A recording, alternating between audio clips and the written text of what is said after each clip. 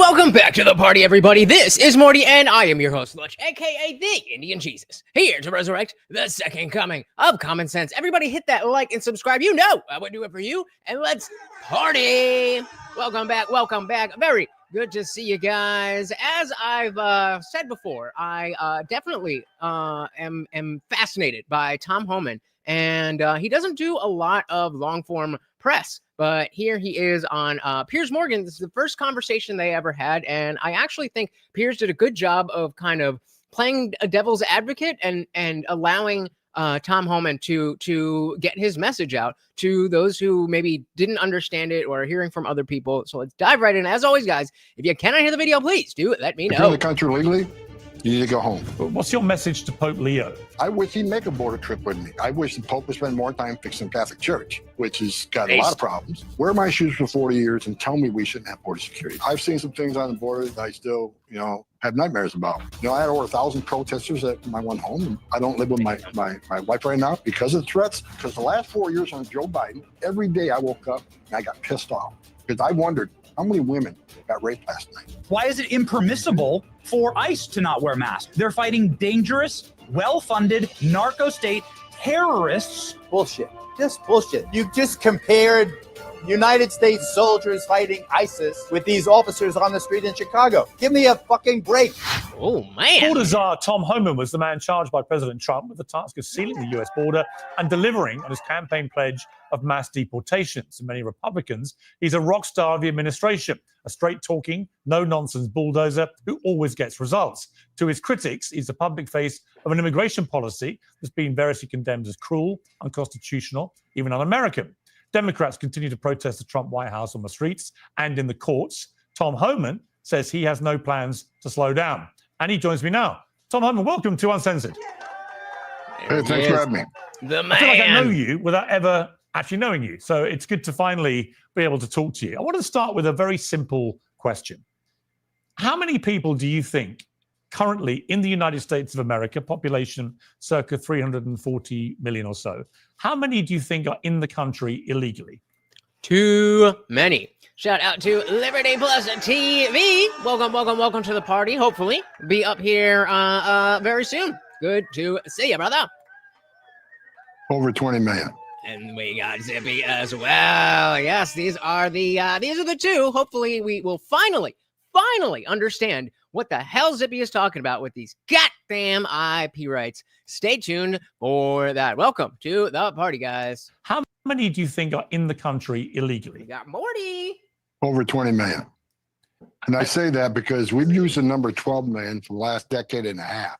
And we know that at least 10.5 million came to the border under President Biden. And the majority of them released in the country. Plus, we know we got over 2 million known gotaways during that 4 years. So, my opinion, I've been doing this since 1984. There's over 20 million illegal aliens in this country.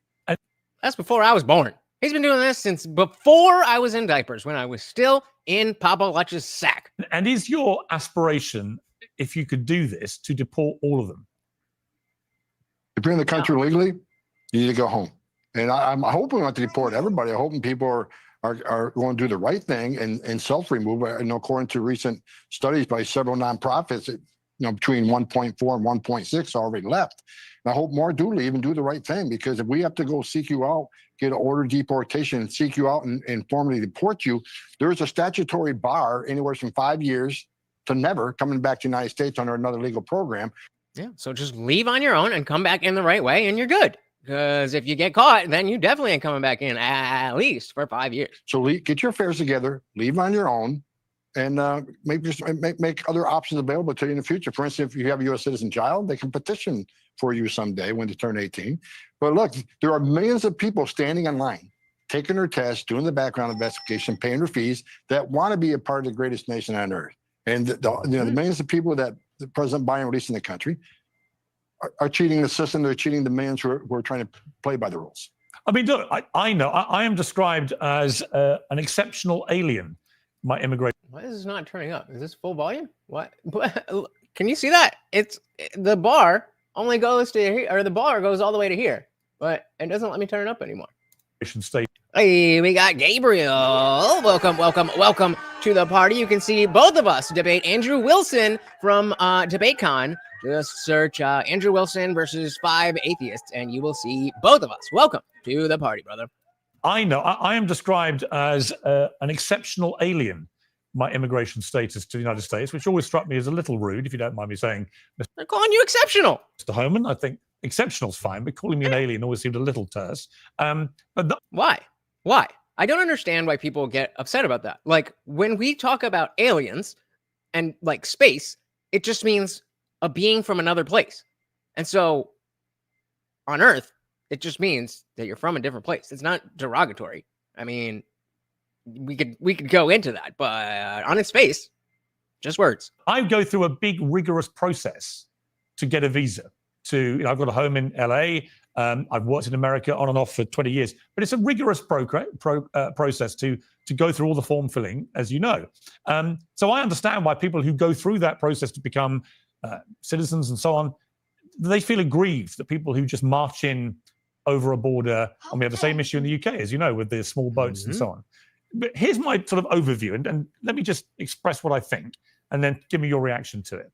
From most Americans I've talked to, whether it be East Coast or Middle America, whatever. East Coast. There's almost unanimous sense of a huge victory by you and your team on the southern border, that you've managed to virtually close that border in a dramatically short period of time.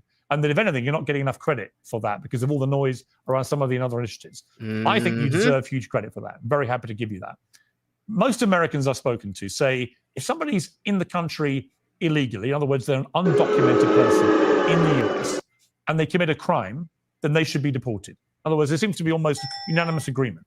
Where there is a disagreement with your strategy, and this seems to be supported by the polling I've seen, around 2/3 agree with what I'm about to say here. What about the ones who only committed one crime? Or certainly the way I'm heading in my thought process. Where they feel uncomfortable is with, for argument's sake, somebody who came in as an undocumented person 10 years ago. They built a life in the United States. They've got a job. They're working at Home Depot. They've got a couple of kids who've been born in America. They pay taxes. They contribute to society. They don't commit crimes. They're decent people who came for a better life. They just happen to be undocumented. When they see ICE employees running into Home Depot to see somebody like that or the equivalent, that is where a line seems to be crossed for many Americans. That's the way the liberals make it seem, but no, an illegal alien is an illegal alien. Do you understand why people feel differently about that scenario to somebody who's there illegally who then commits a crime that's unconnected to their immigration status? Absolutely, I can understand that. But just because I can understand it doesn't mean that it's right. And just because I can understand it doesn't mean that is the most appropriate thing that includes all of the relevant factors. So, like, yes, I understand that it's sad. But life ain't happy all the time. Shout out to CT223. Welcome to the party. We're here with Piers and Tom Homan, and then later we got a Benny Johnson versus Geraldo debate. Welcome. Well, look, I can tell you. And so, yeah, if you're just joining us, Piers was just talking about, well, I get, wanting to get rid of the criminals, but what about the ones who have been here for decades and aren't doing anything wrong? Shout out to Roberto Cifredi. Welcome. Said you need a visa to work in a foreign country. Every foreign country. Bingo. Well, I mean, except America, but you're supposed to need a work visa. Welcome to the party. Very good to see ya. Liberty said, I'm saying peers and liberals only have empathy for people who aren't white. Remember the South Africans. I definitely think that there is a level of if it's brown or black people, we care more on the part of peers. I do think that is part of the his worldview, but I don't necessarily think that him personally, that's like at the forefront. But I can definitely see it. Commits a crime that's unconnected to their immigration status. Well, look, I can tell you, I started as Border Patrol in 1984, and I can tell you, and it's still this way today. Immigration enforcement has always been controversial. It's always been emotional. I get it, right? Well, people need to understand what the people who feel that way, many of them don't know the facts. Many of them don't have the data because the media. Yeah, exactly, because of the media. And so people want to take the emotion of, oh no, people are going through a hard time, and then blame Tom Homan and blame Donald Trump when it's not their fault. It's not their fault. Nobody told them to come and get over our border except for Joe Biden and Kamala Harris, if you want to yell at them. But other than that, there's nobody in this current administration who caused the problem that we are dealing with. We are merely dealing with it. Let me just have some Swiss guy overstayed his visa. They'd all be happy to send him back. Yeah, I mean, I would. Sure.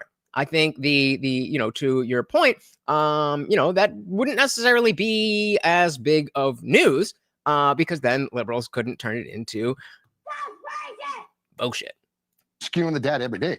Every day I get up on the way to work, I look at 20 pages of data from the previous 24 hours. And the media, they want to spin away from the truth. For instance, they say that most of the people ICE arrested are not criminals. False.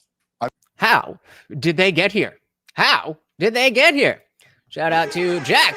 Welcome to the party. So deportation numbers aren't even at Biden levels. MAGA is dead. Well, I'm going to disagree because I think MAGA has become bigger than Trump. And I think those of us who are here saying stuff exactly like this, we are MAGA. And the people who are, just bullshitting and not doing what we want them to do, they are the ones who are leaving MAGA behind. MAGA has absolutely surpassed just Donald Trump, in my humble opinion.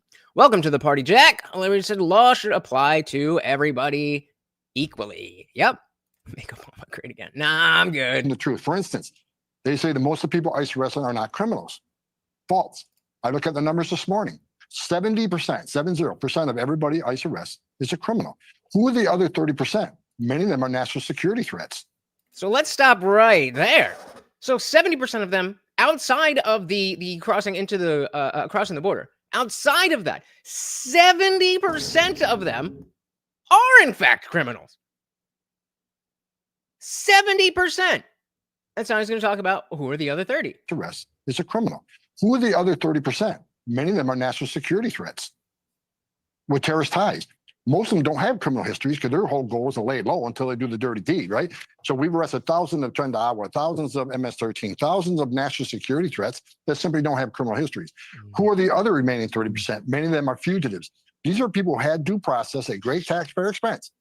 Oh, the big, you need due process. They got it. We put them in front of the judge. They lost their case. They're ordered to leave. But they didn't leave. They became a fugitive. So a lot of them are the 30%. So, if the media would educate the American people on the facts, President Trump promised to prioritize public safety threats as national security threats, and the data proves that's exactly what we're doing. Now, let's look at the non-criminal, non-national security threats. All right, so all of that. So we have 70% plus of people who are at the very least criminals beyond just crossing the border. Shout out to Nick Luchetti, moderator to the stars. Welcome. Thank you so very, very much for the reminder. I would greatly appreciate it if you could hit that like button. It helps out the channel so very much. Let's dive right back. Non-fugitives. The message we can't not send the entire world is you can cross the border legally. It's a crime. Don't worry about it.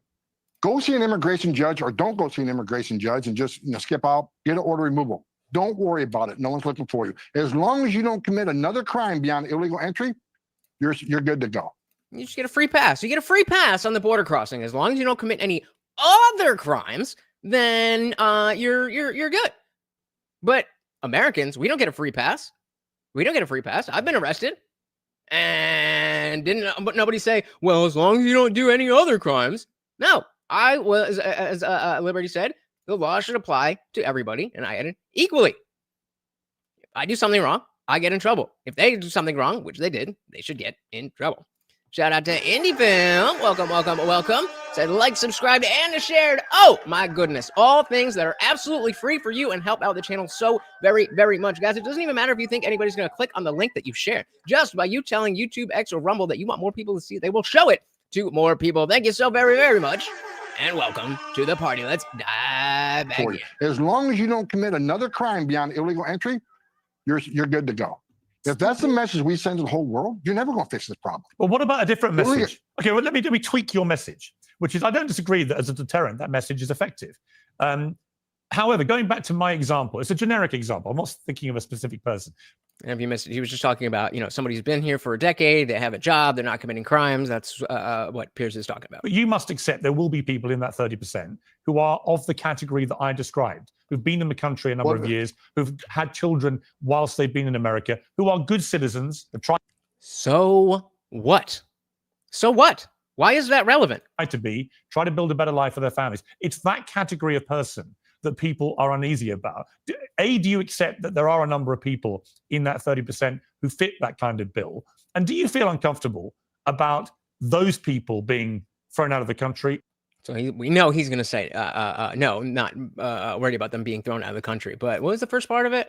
So yeah, do you think that the people who have broken the law by coming into the country and outside of that have been quote unquote good citizens? Outside of that, is there a reason to look at that differently? Is there a reason to try to give them an extra reason to stay or make it harder for them to be deported? I don't think so. And it's not because I'm mean. It's because rules is rules.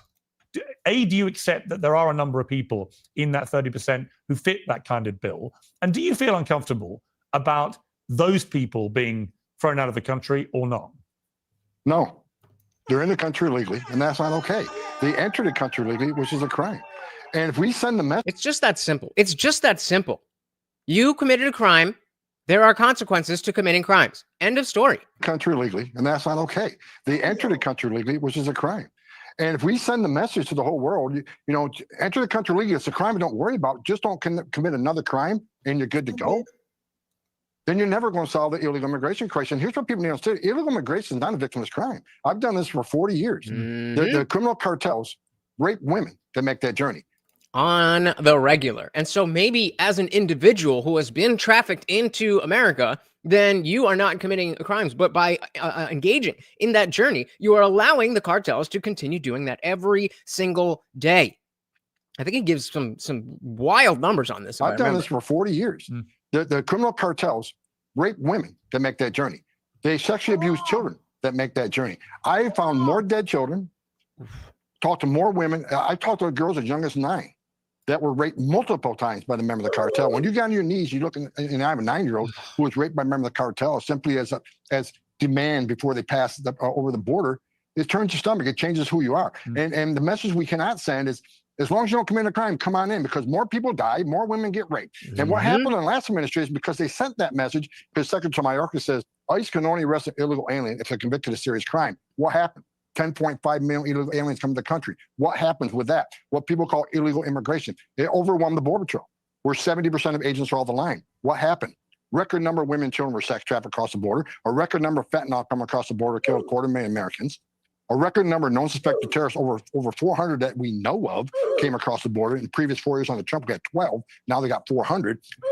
God damn. And I agree that Tom is a classy motherfucker here, but I do think that Piers, especially coming from the UK, he is, he may have some vestiges of, that establishment liberalism left in him, but he is very aware of the immigration issues in his country and in ours. So I think the way that I read this is that this was Piers giving Homan an opportunity to, he was the devil's advocate. He was the common sense liberal who has these questions. And so so that's what I'm saying. I don't think Piers is saying that I believe this. I think he wants to get people who do believe that to hear what Tom actually has to say. That's how I read it. Know of came across the border. Let's run this whole thing back. 10.5 million illegal aliens come to the country. What happens with that? What people call illegal immigration. It overwhelmed the Border Patrol, where 70% of agents are off the line. What happened? Record number of women and children were sex trafficked across the border. A record number of fentanyl come across the border, killed 250,000 Americans. A record number of known suspected terrorists, over 400 that we know of, came across the border. In the previous 4 years under Trump, we got 12. Now they got 400. Cartels making a record amount of money, sex trafficking women and children, alien smuggling, and moving dope across the border. That's what happens when you say just innocent illegal immigration. No, we got to secure the border. We got to send a message. It's not okay to enter this country illegally when there's millions of people standing in line. Emotional damage. That shit will fuck you up. CD said the sheer number of cartel members is scary too. Estimates are around 250K to 400K. God damn. Like Al Qaeda only had around, oh my goodness, only 40 to 60.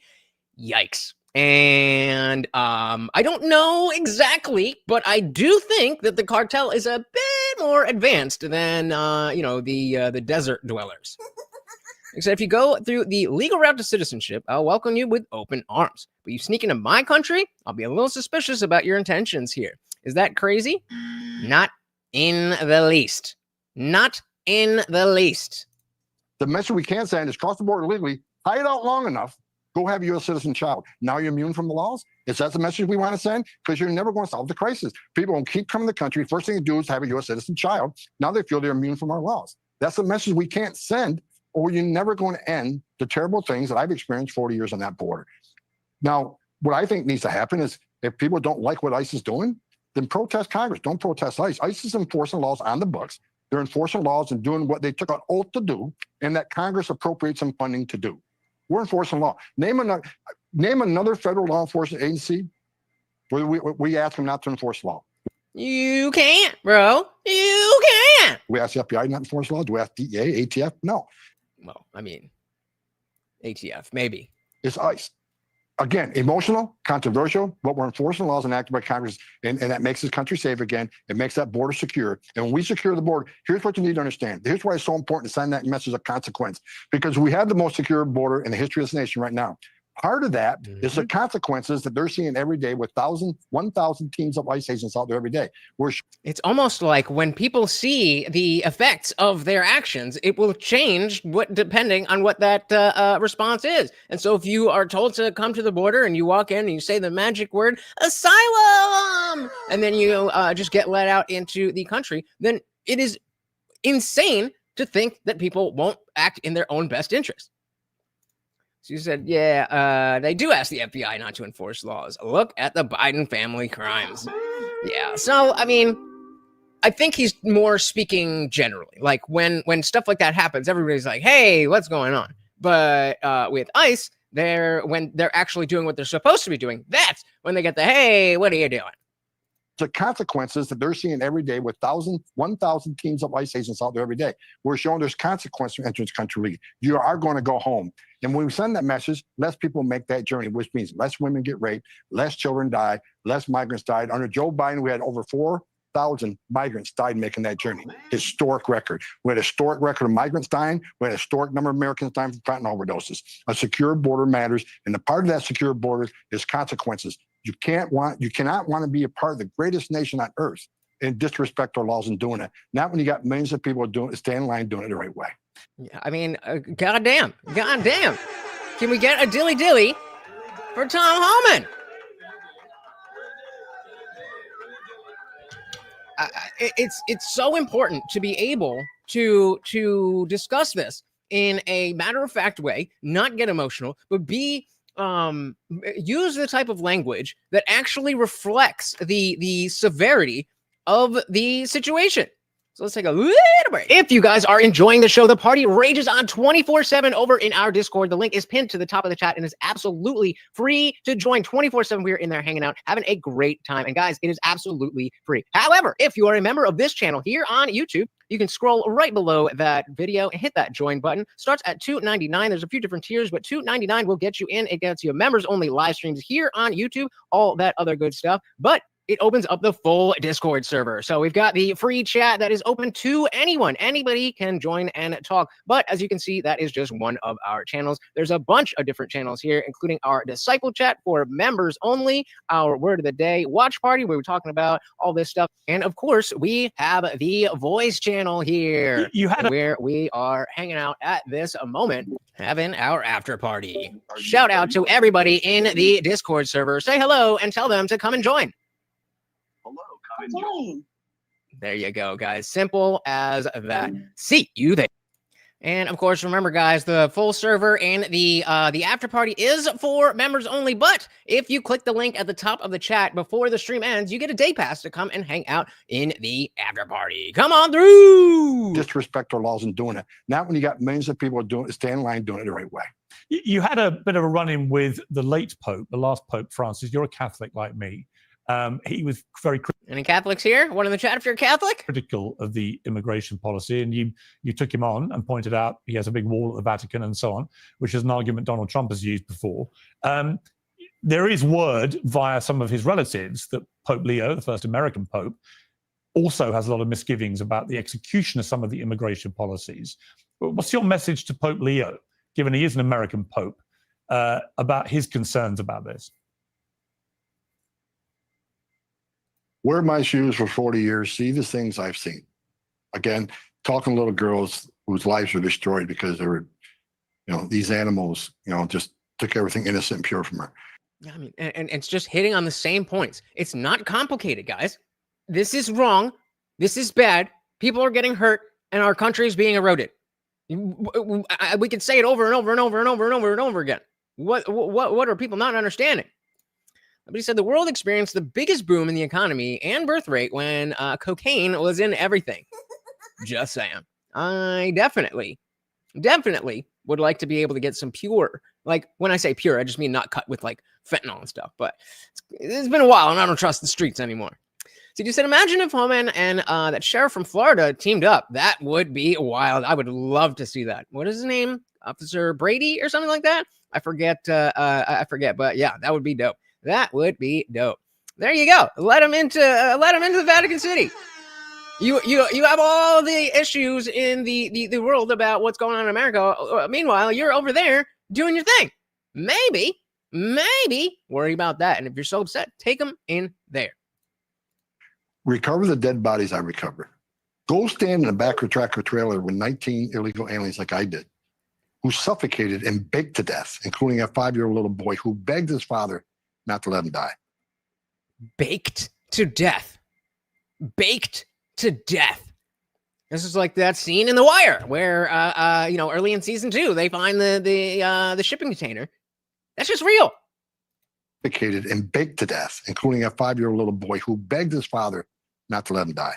Wear my shoes for 40 years and tell me we shouldn't have border security. Tell me we shouldn't enforce immigration law. Again, part of interior enforcement is sending a message to the world that there's a right way and wrong way to come to this country. That alone saves lives. President Trump has illegal crossings right now down 96%. There's been nonpartisan groups out there that say that 31% of women that make that journey through the cartels admitted to being raped. 30%. So 30%. Damn near a third of all the women coming across the border are getting raped. But we should just let it keep happening because it's nice, right? So if 31% of women admitted to being raped, how many actually got raped? So what he needs to understand. Great point. That's 30% that are saying that they admitting to it. How many of them are like, well, yeah, that happened, but I'm almost into America. I'm not going to screw it up now by talking, or I've already made it to America. I'm not going to screw that up by talking. Great point. Women that make that journey through the cartels admitted to being raped. So if 31% of women admitted to being raped, how many actually got raped? So too many. And yeah, the obvious irony, there's a giant wall there. What he needs to understand, the Pope, along with everybody else, when President Trump has illegal immigration on 96%, again, how many women aren't being raped? How many children aren't dying? How many pounds of fentanyl is not getting in the country? How many non-suspect terrorists aren't getting in the country? How many gang members aren't getting in the country? And you know that when there's discussion of like RPA statistics and stuff like that, we've already said it, right? Rape statistics and stuff like that. We liberals, men or women, liberals will often cite the fact that the reports that we have are not everything, and that a lot of people don't report. Well, same things happening here. Nick said, okay, for anybody that doesn't understand, that's evil. I don't need God to tell me that's evil. If God disagreed with me on that, he'd be wrong and the evil one. Agreed with you there, buddy. Pounds of How many non-suspected terrorists aren't getting in the country? How many gang members aren't getting in the country? It's we have the right to secure the border and make this America safe again. So I would, Who would want that? A safe America? Again, lifelong Catholic. I wish the Pope would spend more time fixing Catholic Church, which has got a lot of problems. And that's my personal opinion. I'm not talking as borders. I'm talking about Tom Homan Catholic. I wish he Raping little boys. Fix that before you worry about how we're dealing with our border, please. spend more time on that because he doesn't know what I know about the border. I wish he'd make a border trip with me. Look at some of the videos of the interviews I've done. And I educate yourself. On illegal immigration is not a victimless crime. 30% of women getting raped. Shout out to Beast Boy. Welcome to the party. Said liberals don't. Liberals don't. What? Welcome. CD said liberals also seem to be the ones that downplay the Epstein stuff or call it a conspiracy. I guess the border violence is also a conspiracy. Yeah, anything that, gotcha. Yeah, saying liberals don't want to save America. I mean, I don't know that that's true. It really seems like they think that we could coexist with just an invasion of different cultures. I don't know that it really is fair to say, I mean, some liberals definitely, but I don't know that it's even fair to say that they don't want a safe America. They're just so far gone on understanding what would make America safe that they have terrible policies. And because they're so different from the actual solution and they're so emotional, they just go with whatever feels nice. So we could cure cancer and they'd be pissed. Yep. Welcome to the party, sir. I've done. And I educate yourself. On illegal immigration is not a victimless crime. People die every day. People die every day. What he would, I mean, look, I'm not going to speak for Pope Leo because I haven't even met him, but I guess where Pope Francis, Pope Leo, and others would come from their faith perspective, that's why it's an interesting question for you because you are a practicing Catholic, is they would say that there's got to be some humanity here, that the United States was built on immigrants, right? It was built on people coming from all corners of the planet. Yeah, legally. Many of them completely destitute, fleeing appalling places to find a new life, a better life in America. And that's what made America what it is. And that lost in all this, I get the deterrent argument. I do. And it's clearly working. It's clearly been very effective. And so like little things like that, when I say that it feels to me like Piers is trying to mirror the liberals, or not even just liberals, but people who just don't really understand what Tom Homan is about, why the policy is what it is, and stuff like that. I don't know that Piers is just having a frank conversation just based on what he is thinking. But you guys, let me know what you think. Hey, shout out to Bomb Tag. Welcome to the party. Said, liked, and shared again. Thank you so very, very much. Again, guys, that stuff is free. It's easy and it helps out the channel so very, very much. Again, it doesn't even matter if you think anybody's going to click on the link. Just text it to your uncle or whatever. Just by doing that, you will help out the channel. Welcome, sir. Any film said the United States was built by settlers. Immigrants came after it was built. But either way, there's a process.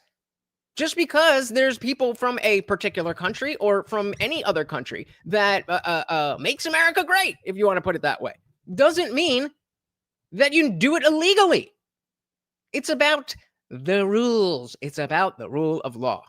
It matters.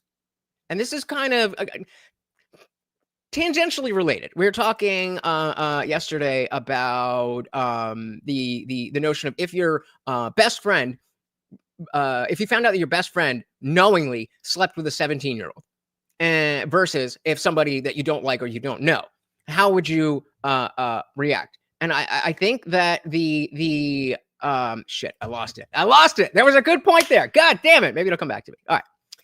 And that's what made America what it is. And that lost in all this, I get the deterrent argument. I do. And it's clearly working. It's clearly been very effective. You can see that on the southern border. But does it allow for a glimmer of humanity for the completely innocent woman and child, perhaps, who are genuinely fleeing terrible persecution? No. because the system is where they are likely to be raped. Hey, Guam Tech with the $2 getting us started on that swole goal. Thank you so much. Of course, every donation comes with a treat for Morty, but it is still a peanut butter night. We have not gotten Morty his peanut butter, so let's get it there. That is 1 out of 15 donations and $2 out of 50. Let's hit that goal. Remember, I also got to do the push-ups. Every $2 is a push-up if we hit the goal, and I am too puny, so help me out. Thank you, sir. Of course, the new sponsor of the stream. Very much appreciated, sir. CT said America was built. America was built on immigrants also. Ellis Island saw lots of great immigrants come through legally. Italian, Irish, Indian, etc. Difference is they assimilated. They were proud to be American. Exactly. We have to keep it. We have to keep our culture. Otherwise, it just becomes a shit show. It comes from a melting pot to. Damn it! That's 2 for 2. I'm off tonight. What's going on? Like a fork in the microwave or something. I don't know. You get my point. Thank you again, child, perhaps, who are genuinely fleeing terrible persecution from wherever they come from, who try to come into the United States. What's your message to them? Don't come. Well, here's our facts on that, right? If you want to compare humanitarian levels, the Biden administration was very inhumane because a record number of migrants died making that journey. A record number of Americans died making that journey. Sex trafficking women and children was at a historic high.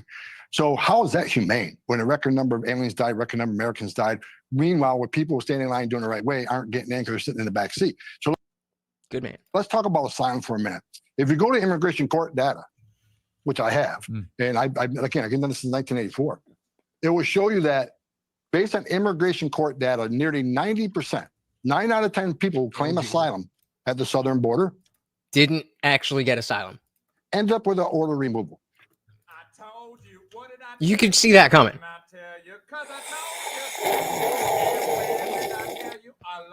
It's almost like having a magic word at the border like that is going to bring in people who don't actually are not actually seeking asylum, but they know that they can get in.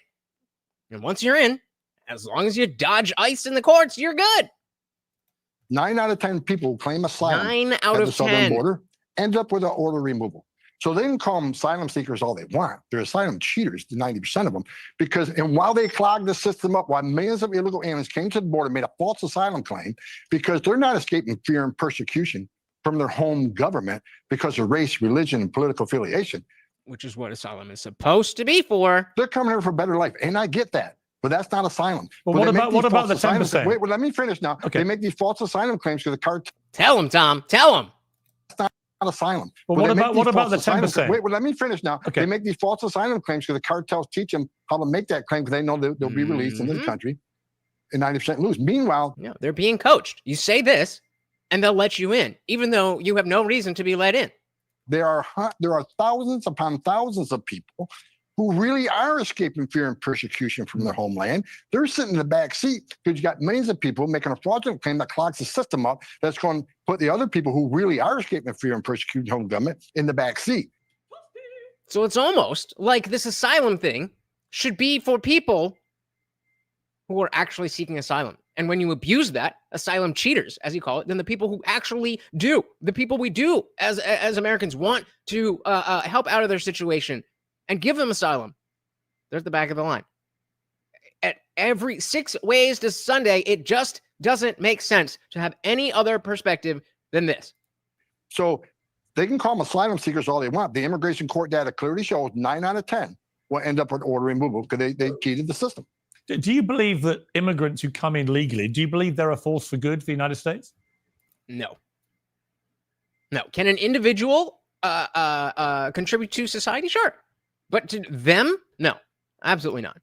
CD said with asylum, you're supposed to stop at the closest, safest country, not walk north past 10 countries till you get to the USA. Bingo. But, well, when Biden says surge the border, then I don't even blame him. I don't blame them individually at all. It's not a personal thing. It is just a matter of fact. You do not belong in this country. our country, because of the fact that there's so many people who don't belong in this country, are in this country, there's a lot of shit going wrong with this country. Is it the only factor? Of course not. But if we have issues already as Americans with other Americans. Why are we adding more fuel to the flame? Whether or not they commit less crimes on average and blah, blah, blah, blah, blah, blah, blah. Shut up! I think President Trump had a great plan during Trump 45 and again now, where we want to base immigration based on merit. Majority of it, right? Who can add to the success of this country and bring in a lot of talent in this country, help this country succeed. However, under Trump 45, he still had room for moms and dads and sons and daughters. So I think, again, the immigration system working. No, the Congress needs to fix the immigration system. There's some improvements can be made. But I think President Trump has it right. Again, with 96% decline in border crossings, he's saving thousands of lives every day. And going back to the Pope, who says he don't like our border wall, but he had a border wall. Let me talk about border wall for a minute. Every place a border barrier has been built, illegal immigration went down, illegal drug flow went down. But you know the most important thing that no one wants to talk about? What's the most important thing that no one wants to talk about, Tom Homan? The border wall saves lives. Women and children can't get across that border wall, which means they're going to a place where there's not a wall. Yeah, but there's ladders, bro. Don't you understand that people who are coming to this country with a backpack and a jug of water are going to carry a fucking 17-foot ladder? Stupid. Waiting on them, the men and women of the Border Patrol who's going to deal with their medical issues right there and save lives. So, yeah, absolutely. Especially as a first-generation American, the fact that my parents went through the whole system to allow me to have a better life, I'm lucky as fuck. I'm willing to say I am very privileged. So I don't blame anybody for wanting that type of life. But it is what it is. Shout out to Zippy DSM Lee over on Rumble with the Rumble rant. Said America was built on, is it this one? America was built on naturalization to create citizens and melt into the overall community. Social aid destroyed that. Well said, sir. Of course, another treat for Morty. And we're getting there with the Swogo. Love it. Thank you. Thank you. Thank you, sir. On them, the men and women of the Border Patrol who's going to deal with their medical issues right there and save lives. So even the border wall saves lives. There's been a number of kickbacks against policies on the immigration front from judges.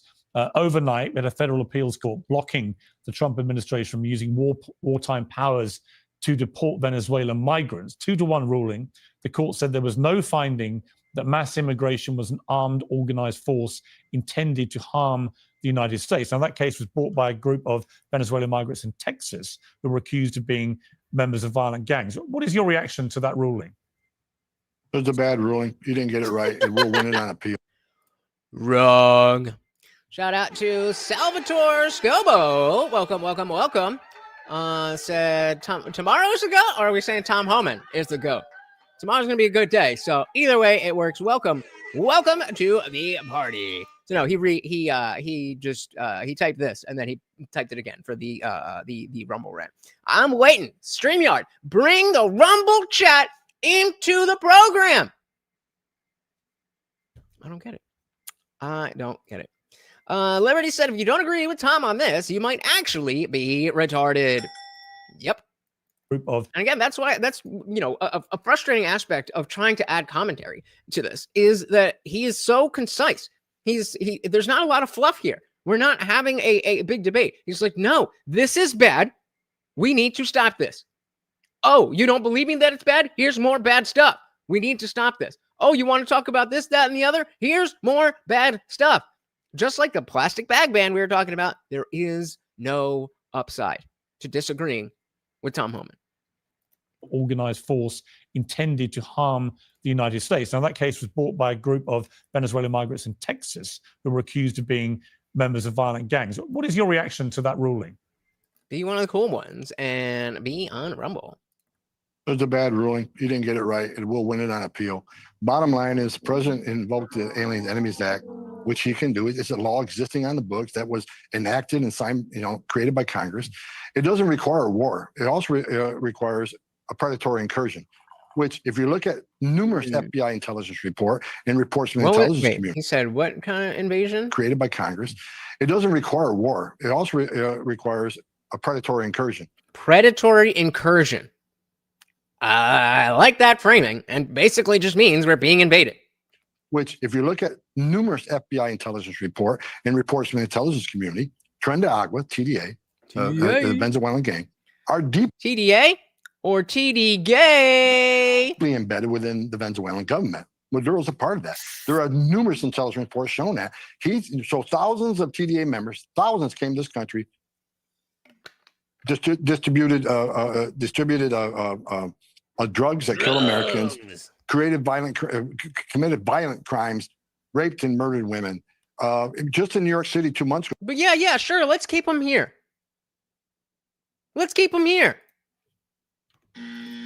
Committed violent crimes, raped and murdered women.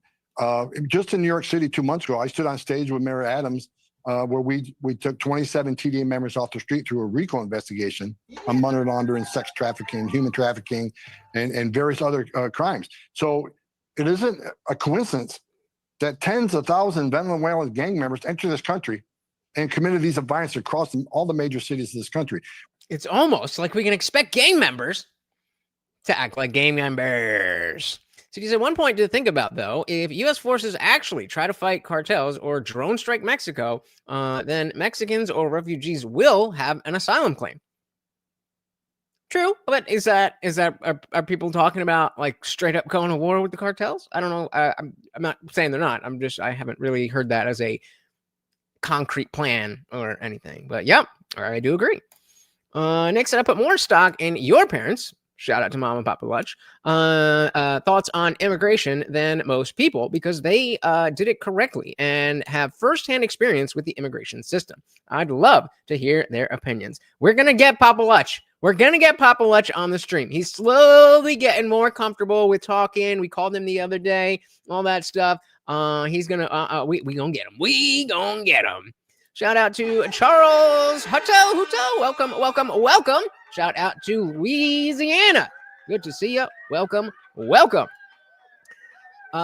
said, maybe if we stopped banning drugs, illegal businesses would die off, but the cronies of the state would lose profits. That is true, but I forget exactly what I was listening to, but somebody was talking about this, and it's not just the legit sources of those things are still tied up with the cartels. And so they brought the example of avocados. And the person I'm parroting said they couldn't remember exactly how they were connected, but the cartels are involved in avocado trade.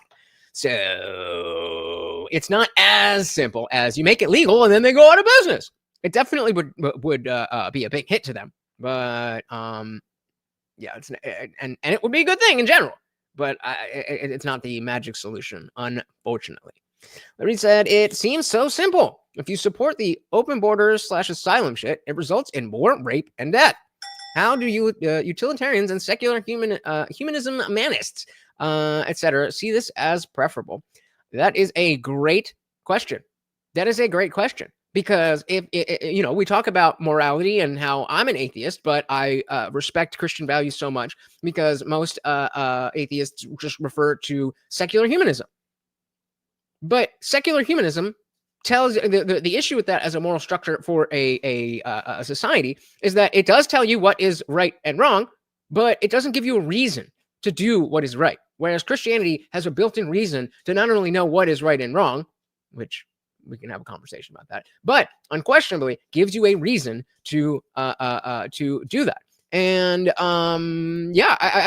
this is why it doesn't make sense, and it shows that dogma is stronger than empiricism. It's a religion. It's a dogma. Dogma is bad. CD said, Trump deemed them a terrorist group, which puts special forces or drone strikes on the table. But no public plans yet. All right.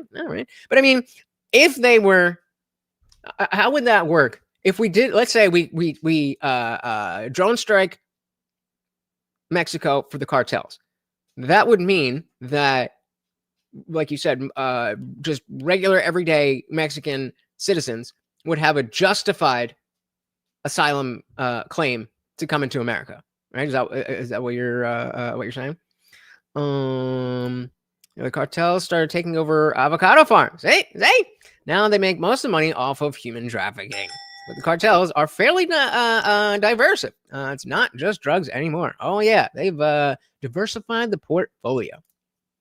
Because they have the drug money to expand into other businesses. Without the drug money, it becomes much harder to complete. Absolutely. There's no question that legalizing drugs would be a hit to the cartel. But some people just talk about it like it's a magic pill. Charles said, Louisiana just opened our first ICE detainment facility. We don't have the alligators, but our mosquitoes are just as bad. There we go. Well, you got to use whatever you got. Imagine U.S. turns Mexico into Gaza. Yikes. That's kind of scary to think about. That's kind of scary. All right, down back in.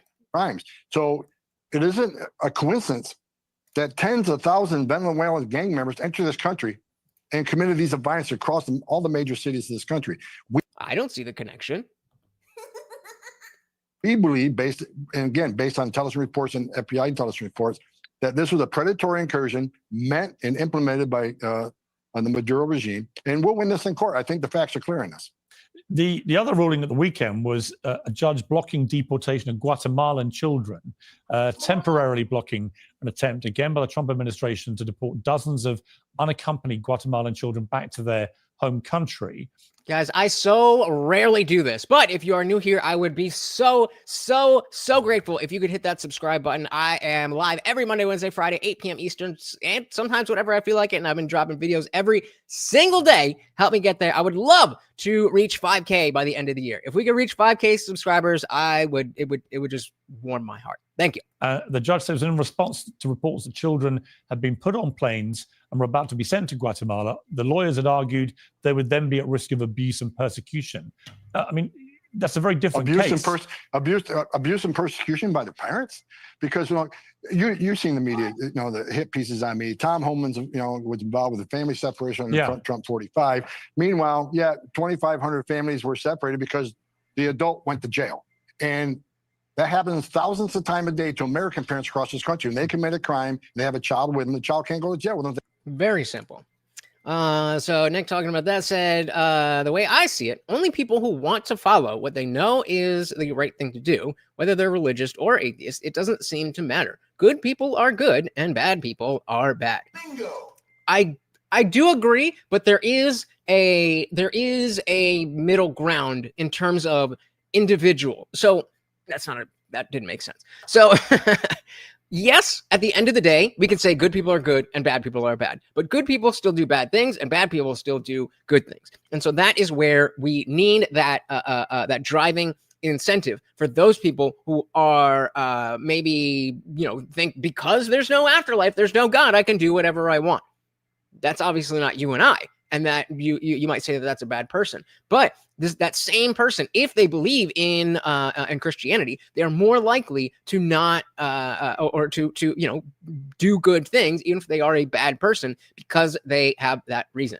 They believe in God, they believe in the afterlife, and so just because that doesn't seem to be true, doesn't mean that we can't have any incentive structure to do the right thing. We just need to come together and figure out what the fuck that is. So there are more cartel than there are Hamas. Yep. CD sound basically think if Mexico actually becomes a war zone, then they can claim legit asylum. And he did drone strike Venezuelan boat this week. Yep.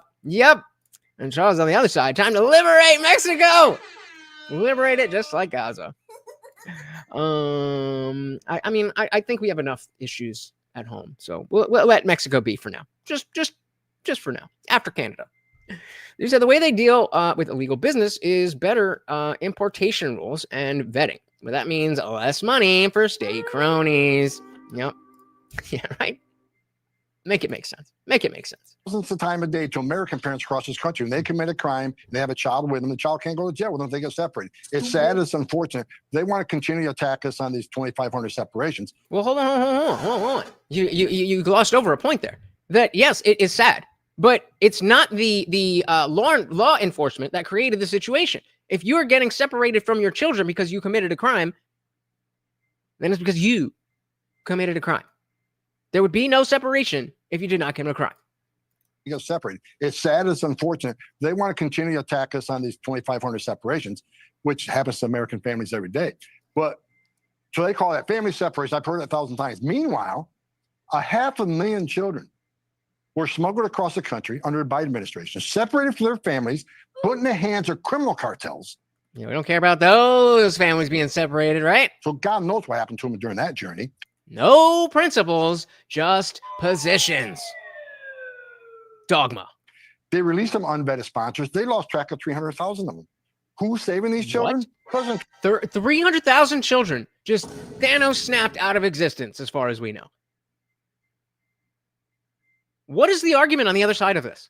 They released them unvetted sponsors. They lost track of 300,000 of them. Who's saving these children? President Trump is. We already found over 25,000 of these children. Some were safe. Many were safe. I would like him to, maybe do something about the children that were aggrieved by his boy Epstein, but put that to the side for now. But some were in sex trafficking, some in forced labor trafficking. President Trump is finding the children that the Biden administration ignored. So we're trying to keep families together. So we have a group of Guatemalan children that want to go home to their parents who live in Guatemala. The Guatemalan parents want their children to come home. And the people that called us terrible for family separation, now who's separating families? They don't want the children to go home to be reunited with their parents. We made a deal with the Guatemalan government. The parents want them, the children want to go home to mom and dad. And yeah, I mean, that's a really good point. It's like, what do you mean that we're separating families? Like the parent has certain status and the child is going to go along with that. We're not separating anything. It's y'all that did that. This mic is pissing me off. Why can't I get it straight? That's what she said. No, the other way. There we go. There we go. Better. It still looks a little that way. Whatever. Okay. They're saying they're going to put in danger. Well, their parents live in Guatemala. They're obviously not escape fear and persecution. They're not making a claim. They want to go home to their family. So how can it be fear and dangerous to go home to their mom and dad, for God's sake? It's ridiculous ruling by an activist judge. We will win this on appeal because we are trying to keep families together on this. And it's just ridiculous that any judge or any organization don't want children with their parents. One of the criticisms of you, Tom Homan, just historically has been that you're mean. You're so mean. You have been accused of, it may not even be an accusation, it might just be a matter of fact, that you believe that separating children from parents can be a very effective deterrent to others. Yeah, it's a good reason not to come here because your family might get separated. Shout out to Equality and Deference because vagina over on Rumble. Welcome, welcome, welcome. Again, we got another awesome person said liked and shared again, guys. That stuff helps so much. Thank you, thank you, thank you. And just one more time, it doesn't even matter if you think anybody's gonna click on the link. Just share the video and it will help. Thank you and welcome to the party. I mean, do you accept? I mean, is that a criticism you accept? Do you think it's something? Is it something you're quite happy to say? Yeah, I do believe that. Well, it's taken out of context. Here's what I said during the Trump administration. Again, here's a guy who spent a career on the border. Children were dying every day. Children being sexually assaulted every day. Women being raped every day. During the Trump administration, we said, look, all the terrible things we see on the border. Let's start prosecuting these people for entering the country illegally, which is a crime, and putting their children in danger. What we were trying to do. And again, what is the argument to say, no, we shouldn't do that? Is save lives. We're trying to stop women and children being sexually assaulted by members of the cartel during that journey. So exactly. Charles said, every time I go to jail, I am separated from my family, so I stopped going to jail. It's almost like it's a good deterrent. Liberty said, being separated from family is why I commit crimes, hoping I go to jail. All right. We're trying to stop women and children being sexually assaulted by members of the cartel during that journey. So we implemented zero tolerance policy. The same thing police departments do on zero tolerance for DUI on a holiday weekend, zero tolerance on prostitution during a time period, zero tolerance on gun violence. We said, let's do zero tolerance and start prosecuting people, and maybe less people come put themselves in harm's way. And maybe, just maybe. Guess what? Within 3 weeks, border crossing dropped 25%. Now, unfortunately, a part of that was, again, a child can't go to jail with the parents, so there was some separations. What I said back then is that if we start prosecuting people maybe they They stop won't coming because come. no one wants to be separated from the parent. I don't want to be separated from my children. Mm. So it's taken out of context. That was the meaning of it. The whole Yeah, I get mad when I have to leave the house and leave Morty here. zero tolerance policy was to save lives. And again, for the people that question that, wear my shoes for 40 years and see what I've seen on that southern border. Illegal immigration is not a victimless crime. There's a whole ugly belly of this stuff that just is tragic. And that's what we're trying to do. Save lives, stop sexual assaults on the border. You've talked a lot Pretty about simple. the fact you've done this a long time and you've seen a lot of terrible things. That must take a toll on you as a human being. You always put up a pretty tough exterior, but I've seen you get quite emotional in several interviews when you've talked about particularly children who've been around the same age as your own, who've obviously endured horrific things. On a human level, what's it done to you, the 4 decades of doing this work? It's got to, I mean, he said in the beginning, it changes you. And wow, I mean, it's got to be, you have to be so hardened. And I think that is what Piers, again, going back to what Piers is doing. I don't know that Piers is saying, this is what I think. I think Piers is very, he respects Tom Homan and what's going on, but understands that he's kind of a gruff type dude. And so if you already add in the emotional aspect of, separating families and blah, blah, blah, blah, blah, and then you're kind of cold and callous about it, then it looks really bad. So I think what Piers is doing, and again, I could be wrong, but I think he's trying to show that this gruff guy is like this. He's sharp, and he's, I don't any of that stuff because he cares so much about the children. And if you don't, what the fuck is wrong with you? Human level, what's it done to you, the 4 decades of doing this work? Look, I've seen some things on the border that I still, have nightmares about, and I'm honest with people after, the investigation where I got called to a crime scene, and I'm standing on back of a tractor trailer with 19 people who baked to death. Understanding based on That's so dark to even think about. And Claudia said he's a no-nonsense kind of guy. We need that. Yeah, Trump used to be somewhat, not no nonsense. There's always been a lot of nonsense with Trump, but there was a lot of effective effective language, effective policies, just stuff that cut through the bullshit. And then we got Trump 2.0. There you go. Dilly to that. Righteous indignation. You should be this angry about this. You should be this upset about this. with 19 people who baked to death.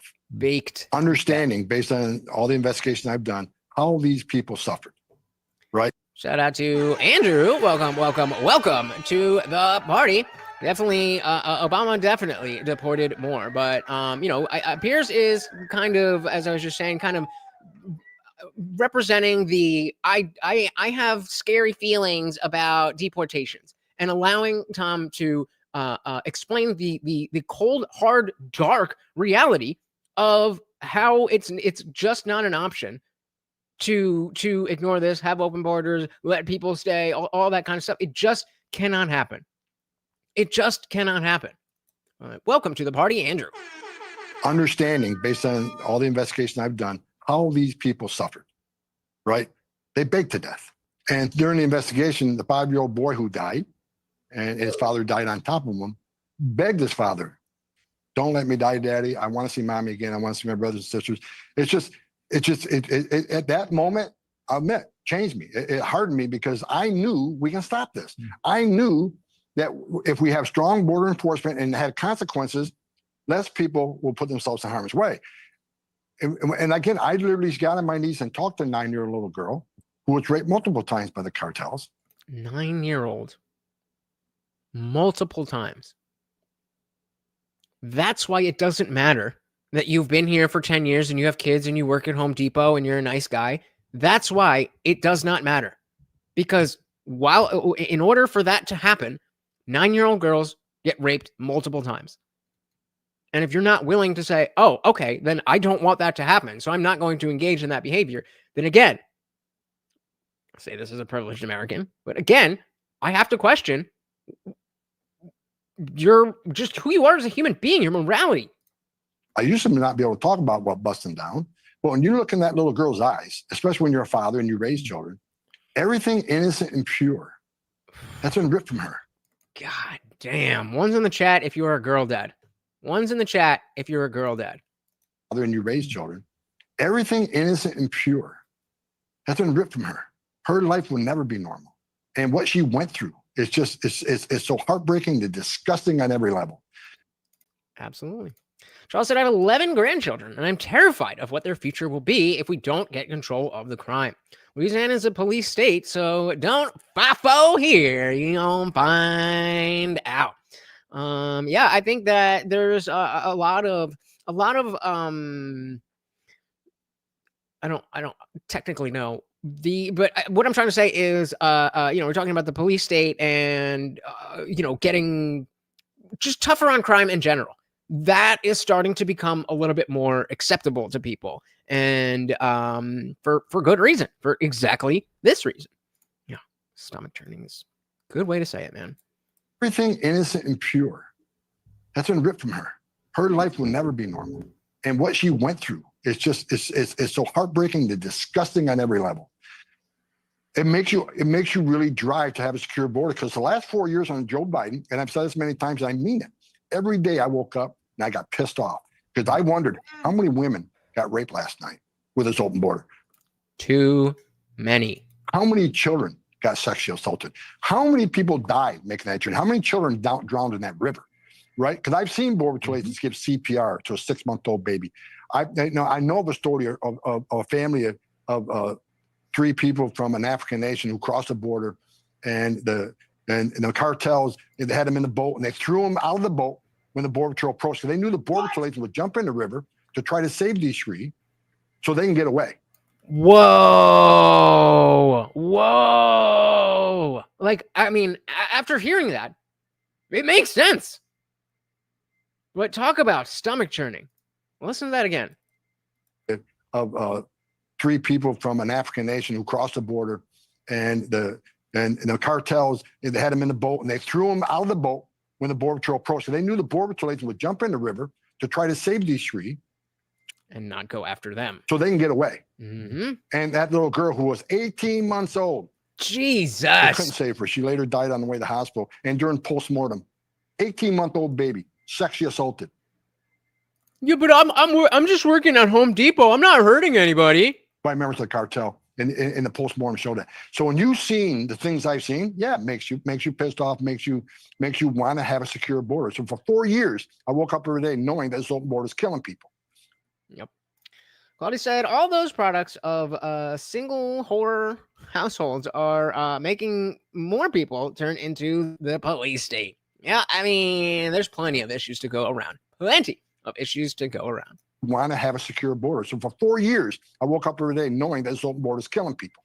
So I am honored to work for who I think is one of the greatest presidents in history when it comes to border security and law enforcement and the military, because 96% less people come, we're saving 1,000 lives every day. So yeah, I get emotional. If any human being that saw the things I saw would get emotional. And I tell you what, after that incident with 19 people that were dead at my feet, including that 5-year-old little boy, I did go seek help because I couldn't sleep.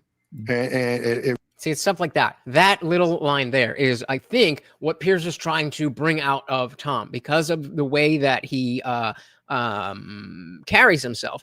It's very easy for people who disagree with the policy to act like he's a bad person. And so Piers now is allowing him to give to humanize Tom Homan. And when you hear the facts that he is so clearly laying out concisely over and over and over again, there simply is no other position. Unless, of course, you're a dogmatic leftist. 5-year-old little boy, I did go seek help because I couldn't sleep. And it really affected me. But I think it's because I was a father. I had a 5-year-old son at the time. And, and that's just one of many. I can sit here and talk to you for the next 3 hours on the terrible things I've seen. And yeah, it shapes you. I'll never forget about it. And that's why I fight so hard. And that's why I support President Trump fighting so hard. You secure that border, you save lives. When you have a strong interior enforcement mechanism going on, that sends a message people don't make that journey. to the most vulnerable people under the Biden administration. When you say you can cross the border legally, we're going to release you in 24 hours. We're going to give you to an NGO. We'll give you a free hotel room. We'll give you 3 meals a day. We'll give you free medical care. And in 90, 120 days, we'll give you work authorization. Do you make that sort of promises to the whole world? The whole world is going to come. And that's what happened. And so many people died, both Americans and migrants. All the terrible things happened. So people need to remember, illegal immigration is not a victimless crime. So when people think, oh, this guy he's just here illegally, he's trying to support his family.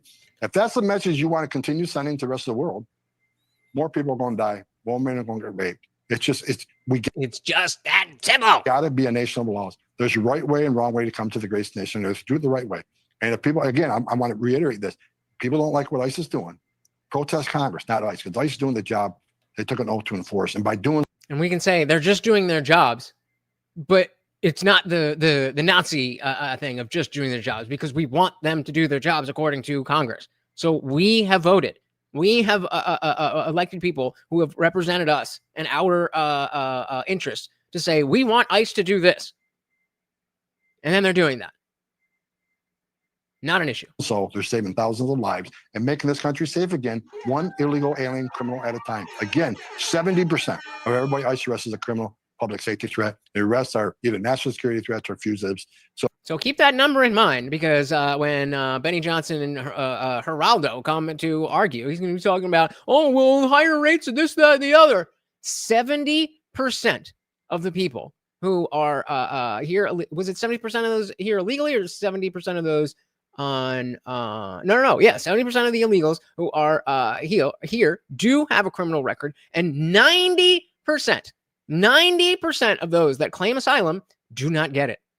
So ICE is doing exactly what they're doing. Our prioritization of criminals is higher than the Biden administration. Even though they said they're just going to concentrate on criminals, look how many criminals they arrested and removed, public safety threats, compared to what President Trump done already.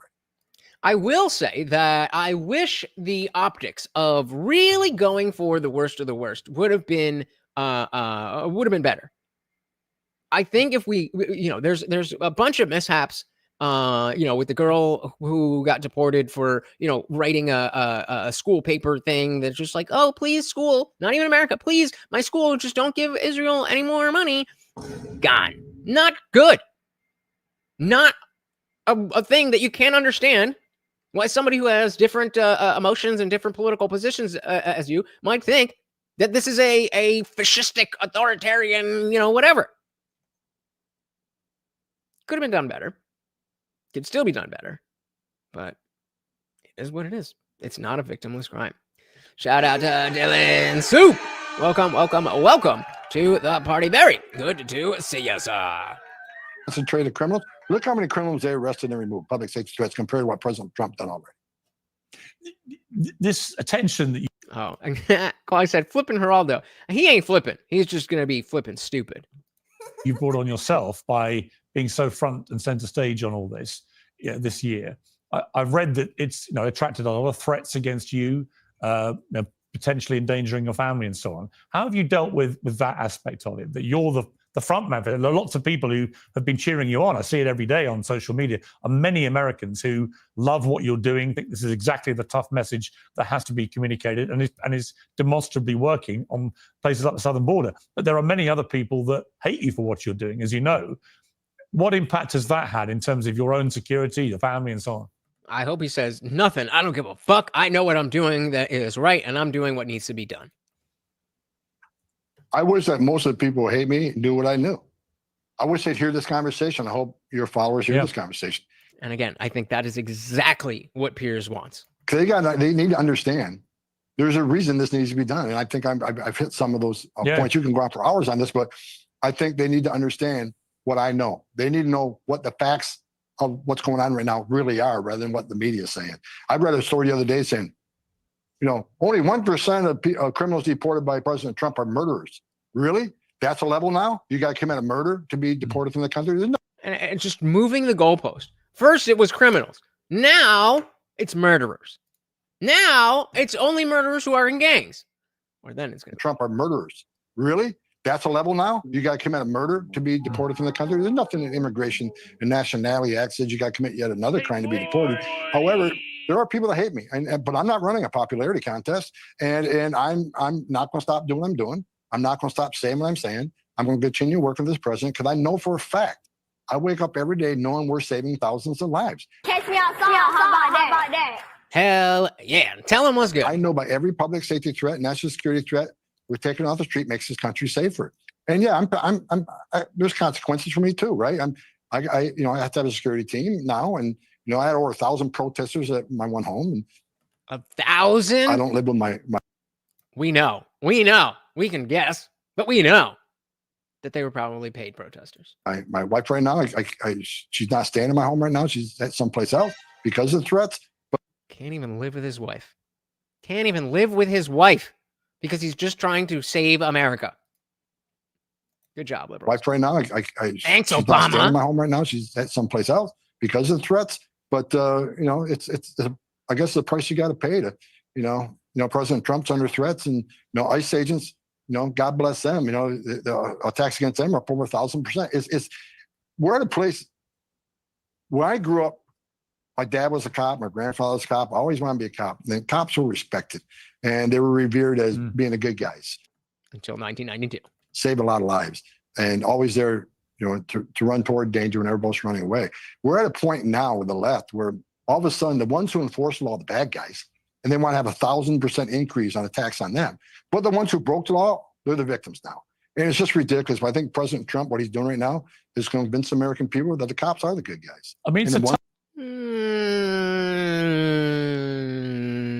that's a whole other conversation, because with the COVID restrictions, all the good cops were gone, and they brought in a whole other crew. So I'll slow my roll on that, but fair enough. Because I think President Trump, what he's doing right now, don't forget about Morty, is going to guys. convince American people that the cops are the good hungry. guys. I mean, and the ones who break the law, there are going to be consequences. It's a tough thing, Tom, for you to say that you can't even live with your wife. I mean, that's a pretty startling thing to just come out with.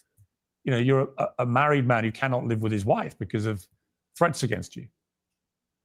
So I'm with her sometimes. I get out of the beltway sometimes, and look, get it in real quick.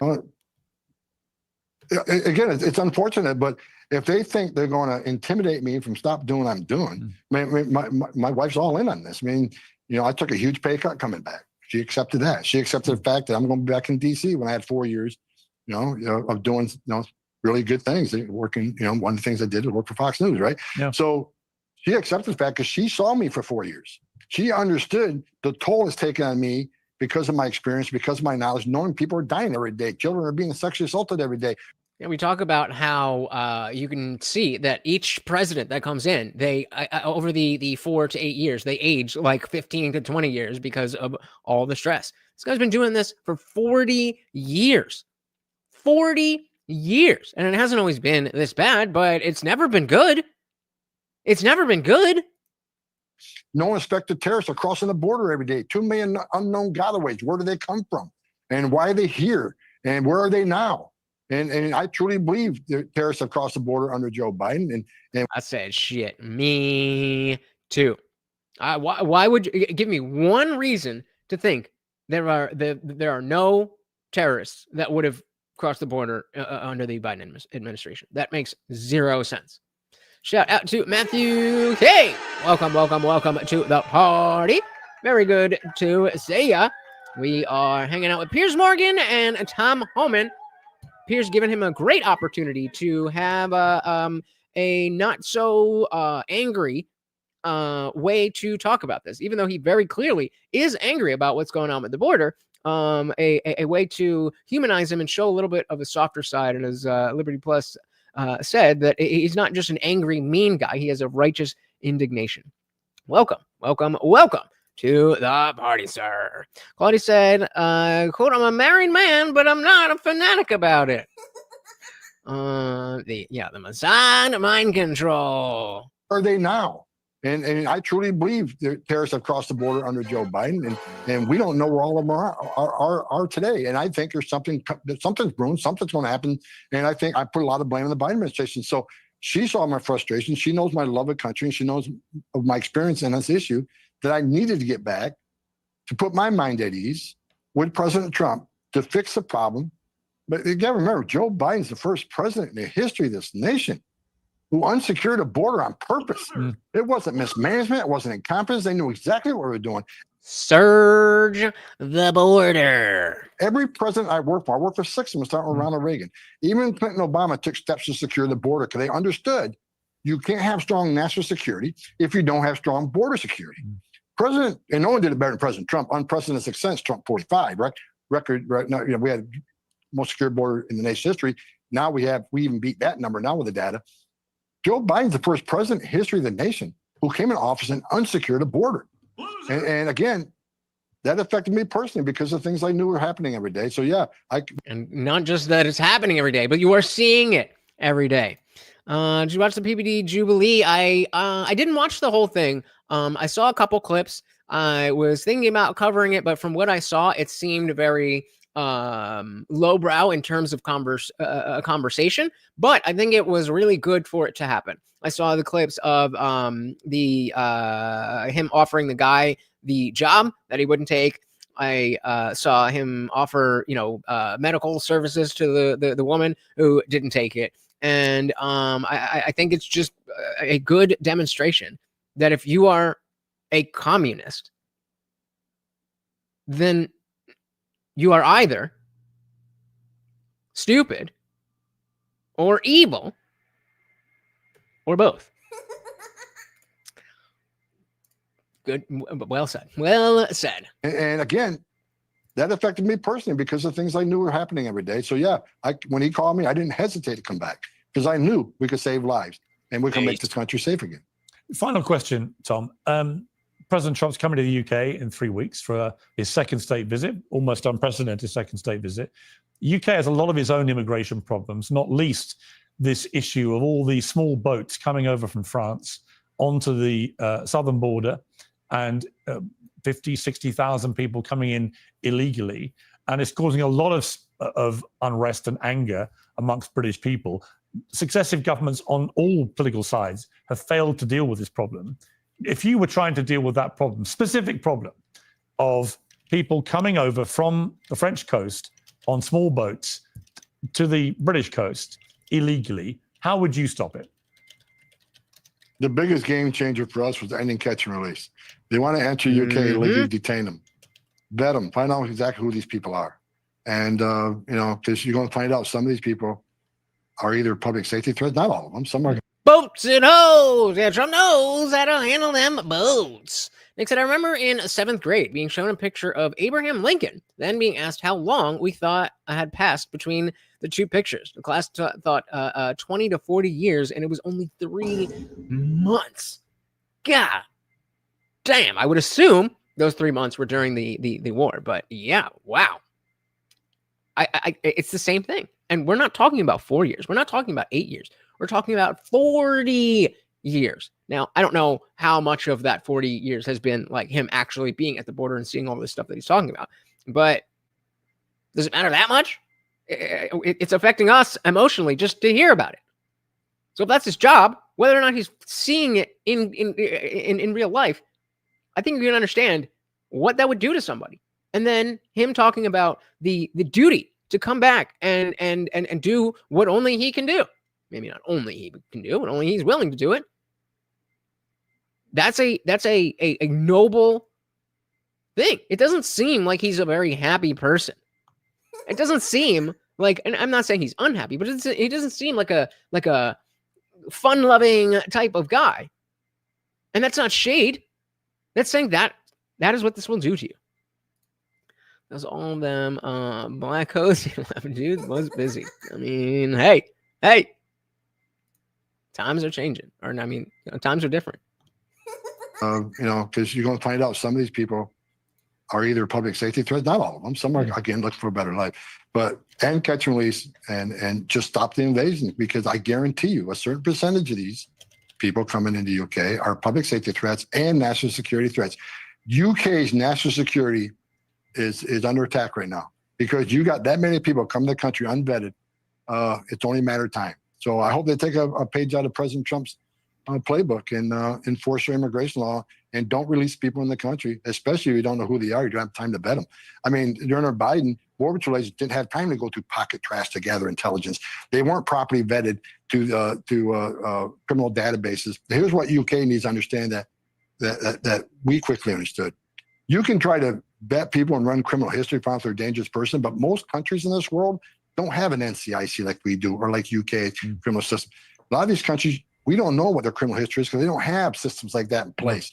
And a lot of just trust them, though, right? Liberals, just trust them. They're probably not gonna commit as many crimes as Americans, so just trust them. Let them in, because if they don't, they're gonna have a sad life.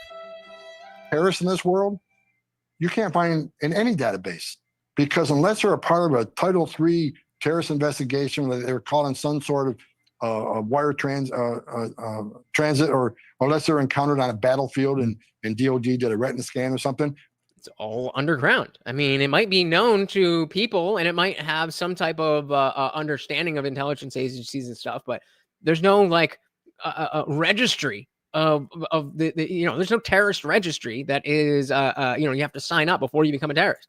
Most terrorists in this world aren't in any database, so that's why it's important you have a secure border. So I take a page out of the Trump handbook and make the country secure again, because it's only a matter of time before something terrible is going to happen because they have lax immigration standards. Tom Homan, thank you very much indeed for giving me so much time on Uncensored. Great to have you on. Shout out to our boy, dilly to Tom Homan.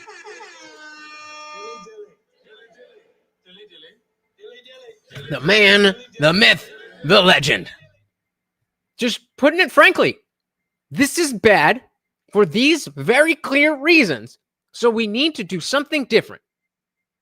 I don't care about your feelings. This is bad. Because of these things, we need to do something different. That's it. Hope you come back again. Thank you. Right. Thanks for having me. Appreciate it. Joining me to discuss that fascinating interview is the host of The Benny Show, Benny Johnson, and the News Nation correspondent at large, Geraldo Rivera. Geraldo Rivera. Put a one in the chat if you are a fan of Benny. I don't have strong feelings about Benny Johnson, but put one in the chat if you are a big fan. Shout out to Joe Kavanaugh. Welcome to the party. Said Piers Morgan is not a U.S. citizen. He has no right to discuss anything. Maybe he should go back to his own country and discuss things that are going on there. Didn't claim to be a U.S. citizen.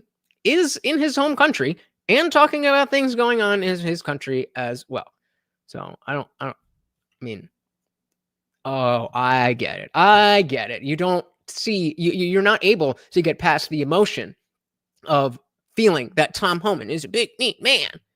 So you're going to take it out on Piers because can't dispute anything he said, right? Interviews, the host of The Benny Show, Benny Johnson, and the News Nation correspondent at large, Geraldo Rivera. Geraldo and Benny, welcome to both of you. Back to the show. Geraldo, let me start with you. I've never spoken to Tom Homan. I think okay. Let's do something fun. Put in the chat before it goes to Geraldo. Give me a typical liberal talking point that you think he is going to say. We've got there is about 20 minutes left of the thing. So it's a 20-minute conversation. Give me a talking point that you think Geraldo is going to use. I think that'll be funny because you're probably going to be right. Maybe Joe is kidding. I don't know. Are you kidding, Joe? I don't know. Claudia said maybe you're kidding. But he's probably gone by now. Back to the show. Geraldo, let me start with you. Anybody? Any guesses? You know the left-wing talking points about immigration. I've never spoken to Tom Homan. I think he's a very impressive. Yep, there we go. Quality said, yes. Sorry, it's about immigration. Quality said breaking up families. That's gonna come up. And yes, this is about the same thing. Quality said they are not criminals. Shout out to Daryl. Welcome to the party. Said Tom Homan is doing a wonderful job. I'm extremely thankful for him. I said shit. Me too. Dilly to Tom Woman and Tom Homan. There you go. All right, so they're just looking for opportunities. Claudia's saying they pick our fruit. Let's see. Advocate for what he does. It's not making him universally popular. It is with a lot of people, but a lot of people don't like some of the stuff he's been doing. But what did you make of his arguments? Well, let me get first to the character of the man. I have no problem with Tom Homan's patriotism. So we're going to disagree. I believe that. No, I mean, well, we being Geraldo is going to disagree with Tom Homan. You don't caveat like this if you're just gonna be like, yeah, I agree. Of the man, I have no problem with Tom Homan's patriotism. I believe that he is sincere in his goals, and he is. Yep, another talking point that's gonna come up. And Daryl, you are in good company of people who cannot type. I have definitely gained in my ability to figure out what the fuck you guys are saying. So don't worry about it. You are good. Yeah, I think that's gonna come up too. All right, let's go. So I believe that he is sincere in his goals, and he is working, he thinks, in his own mind for his country. The question I have to start, though, Piers, is if what he is doing is so noble, if what he is doing is so necessary, it is for the fate of our republic, the United States, then why do his ICE agents wear masks? I don't know. Maybe because people are fucking attacking them and doxing them? Stupid. Sheriffs don't wear masks. Troopers don't wear masks. Are sheriffs and troopers getting doxed and attacked in the streets right now? Then what the fuck are you talking about? What are you talking about? Shut up! FBI don't wear masks. Court officers, no one in law enforcement. Cops certainly do not wear masks. If he is so doing God's work, doing the right thing, the righteous thing, then why do they skunk around anonymous, grabbing people on the street? And I so much grabbing people on the street, as opposed to how else do you arrest somebody? You ask them nicely to step into the back of the van. What? Like, you're not saying anything. Nick said Republicans don't care about people who aren't rich. I don't think anybody in politics cares about anybody who isn't rich. Anonymous, grabbing people on the street. And I applaud what they did on the border. I support them. Do you though? Doesn't sound like it. Border. You can't have a nation without secure borders, as the UK is now suffering through this reality. But to deny that what he's doing is deeply unpopular and based on statistics that are fanciful, they're absolutely created out of whole cloth. And I can cite you the sources that prove that these statistics on who exactly ICE is rounding up right now within the bounds of the United States are not the criminals that they promised they would be rounding up. Okay. Oh, you're just going to say that there's sources. You're not actually going to cite any sources. You're going to go against the guy who is on the fucking border every single day.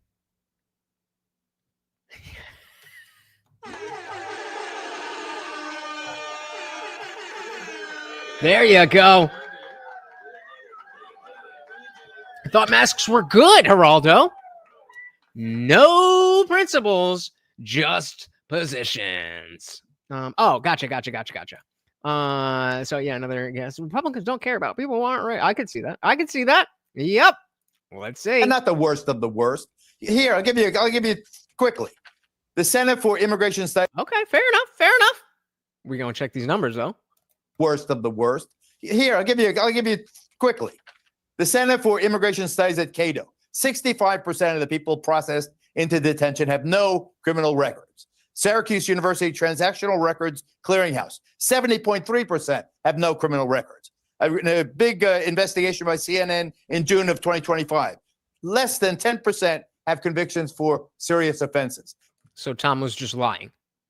Tom, who is the border czar, he was lying. And Stanford University knows better. Okay, dude. I'm trying to use my new soundboard that they have here because I got the Stream Deck, but they added this thing. We'll give him. Shut up! He's exactly flipping the reality. They're arresting Projection! No, sir, you are flipping reality. Projection strikes again! Offenses. He's exactly flipping the reality. They're arresting farmers and babysitters and lawnmowers. That I don't know. Does that count about they pick the fruit? They're arresting farmers and babysitters and lawnmowers and dishwashers. They're arresting lawnmowers? You mean landscaping workers? A lawnmower is a machine. They're arresting farmers and babysitters and lawnmowers and dishwashers and poultry processors and meat packers. And they are all illegal. They're all illegal. Latinos. They are. What? Huh? Are racially profiling Latinos, where Spanish-speaking people of brown skin are afraid to walk around for fear of a masked ICE agent stopping them and demanding their papers, please. And then you go, yep, here's my license, my passport. And I'm like, all right, bet. Have a nice day. Doesn't sound all that bad, especially if it's in an attempt to make our entire nation significantly safer. It is outrageous. Is it though? Once they make it inside the United States and have been here for decades, Then, as Tom Homan said, yeah, as long as you only do the one crime, then it's okay. outrageous. Once they make it inside the United States and have been here for decades, God-fearing, law-abiding, family people. But they're not law-abiding because they're here illegally. For God's sakes, give them some compassion. Give them some American spirit. Again, comes back to the emotion. Just be nice. Stop being so mean to everybody. Why are you mean? That's mean. Be nice.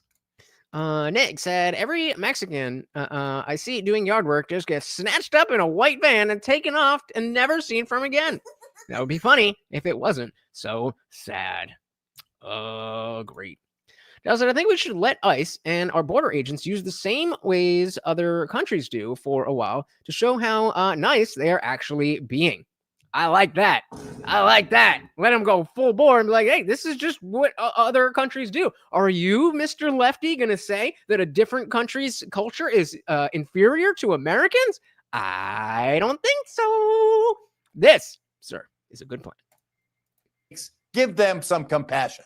Give them some American spirit. I am No. appalled by the aggression that they are showing and the indiscriminate nature. And that's why these court cases are all going against Tom. God bless him for his patriotism. Piers.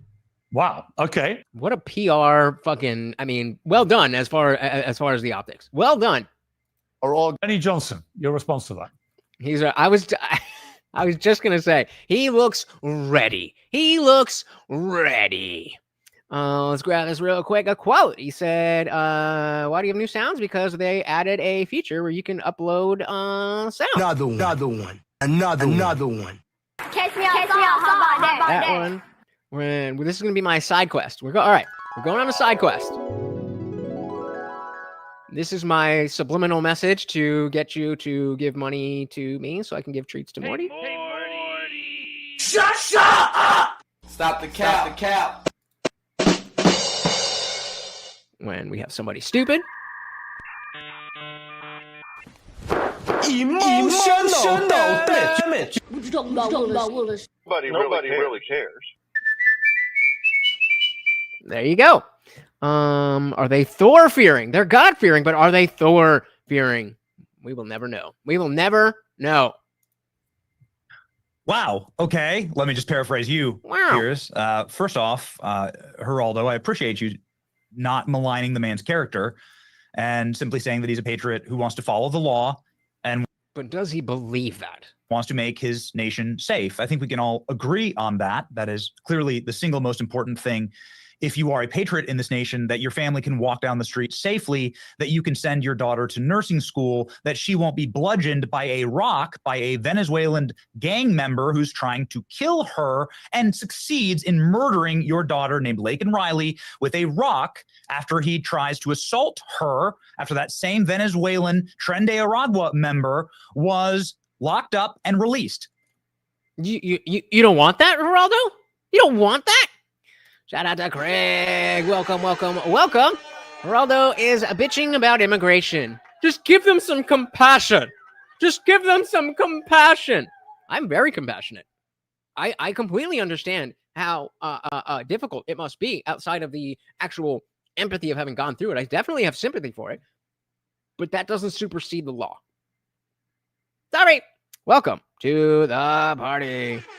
They said Benny looked like a tiger eyeing a gazelle at that moment. Hell yeah. Venezuelan Tren de Aragua member was locked up and released again and again and again by district attorneys from Manhattan to Atlanta. Now, what you would call that is terrorism. That is a organized gang member who is operating via a narco state, Venezuela, in order to terrorize our nation and succeed in murdering a young American nursing student, Laken Riley. He's part of a greater overall terrorist network that President Trump just yeeted one of their boats in the Caribbean. We all saw that clip. My question... I actually didn't see that clip. Should we do a side quest? Let's do a side quest. Probably X will be better for that. So let's do Trump, Venezuela boat. All right, that should be it. Here we go. Volume up. No volume. Wait, can you guys see this? Where are we?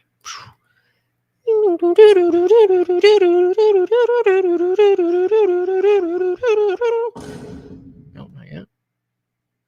Blow it the fuck up. Blow it the fuck up. Damn. One more time. God damn. All right, well, if you hadn't seen it, now you seen it. Oh, all right. Diving back in again, guys. I'm going to stop and ask you. I would love so very, very much to hit 5K by the end of the year. If you could hit that subscribe button, even if you're not somebody who really subscribes to channels, just do it for me. Just do it for me. And I promise you won't regret it. Oh, wrong one. Yeeted one of their boats in the Caribbean. We all saw that clip. My question is, why is it wrong for ICE agents who are deporting and arresting terrorists in our nation, organized terrorist gangs, to wear masks, yet special forces, when they're fighting ISIS or Al-Qaeda, wear masks? Why is it impermissible for ICE to not wear masks? They wear them for the same reasons. They're fighting dangerous, well-funded narco state terrorists who would murder them and target their family and children if they could. Bullshit. Just bullshit. This is why... Bullshit. Oh, that's bullshit. That's bullshit. Tell that to Laken Riley. John says it's funny how they can criticize and say that ICE is doing it all wrong, but yet they never once suggested a different alternative. That's because they don't have one. They don't have one. Their whole existence is you're... Let's try that again.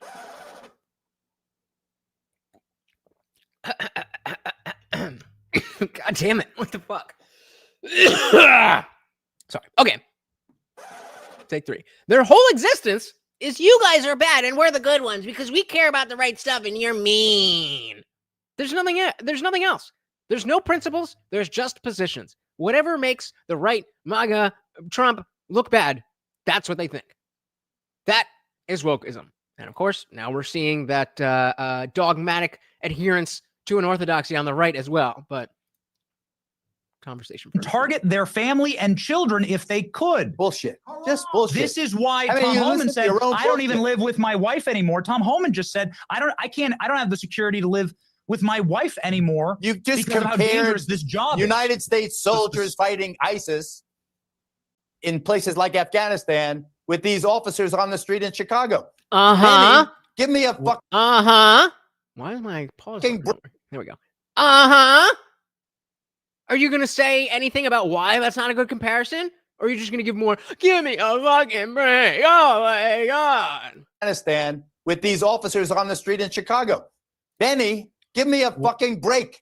This is, I have no patience for it. I believe that Tom Homan believes everything that he says. I don't doubt his sincerity. When I come to the media that pretends to objectivity, I have a much harder view in this, my 55th anniversary week. I started in broadcasting. Nobody really cares. Broadcast journalism 55 years ago this week. I've seen the truth tellers and I've seen the bullshitters.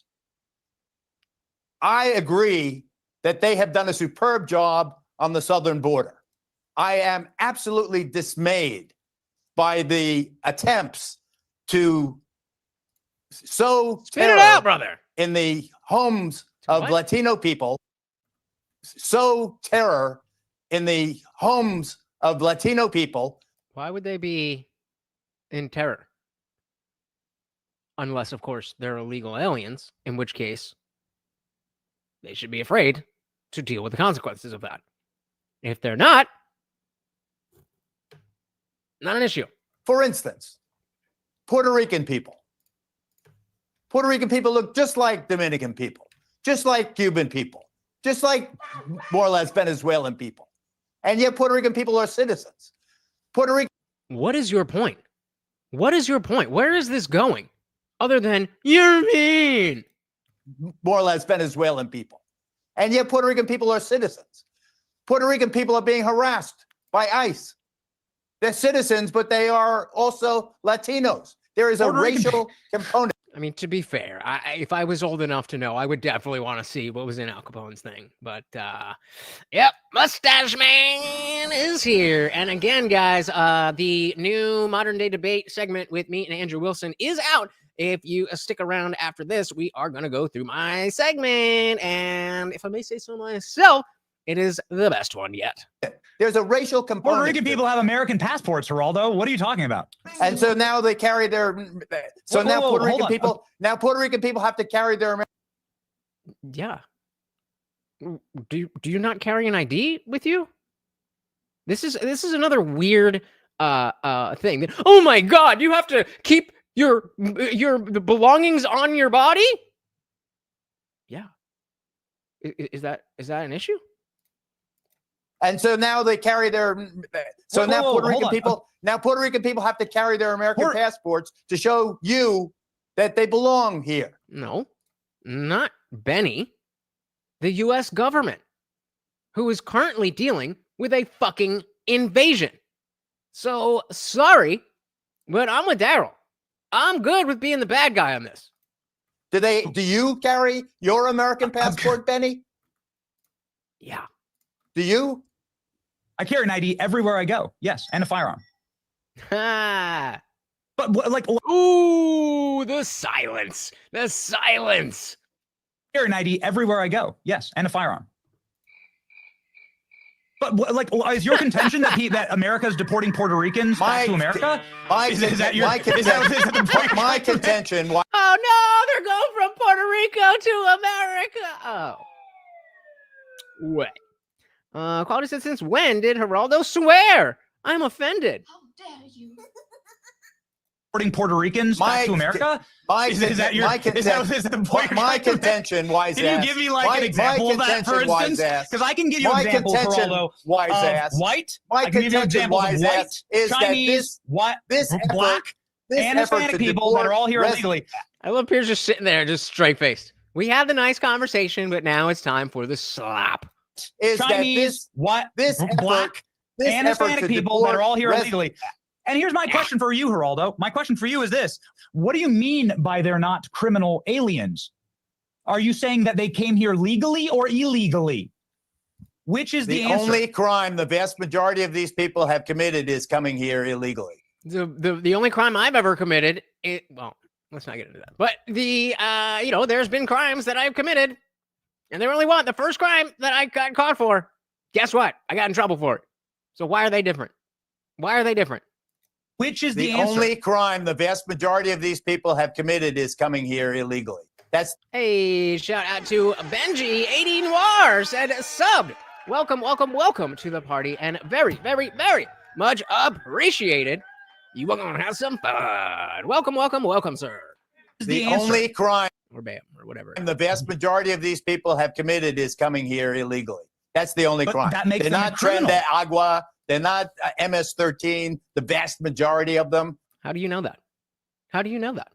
Because Tom Homan, who has access to the numbers and the actual border patrol and ICE and all of those numbers, said that 70% of them do have a criminal record. So what are we doing here? What you talking about, Willis? They commit fewer crimes than citizens do. Oh, there we go. There we go. Who said that one?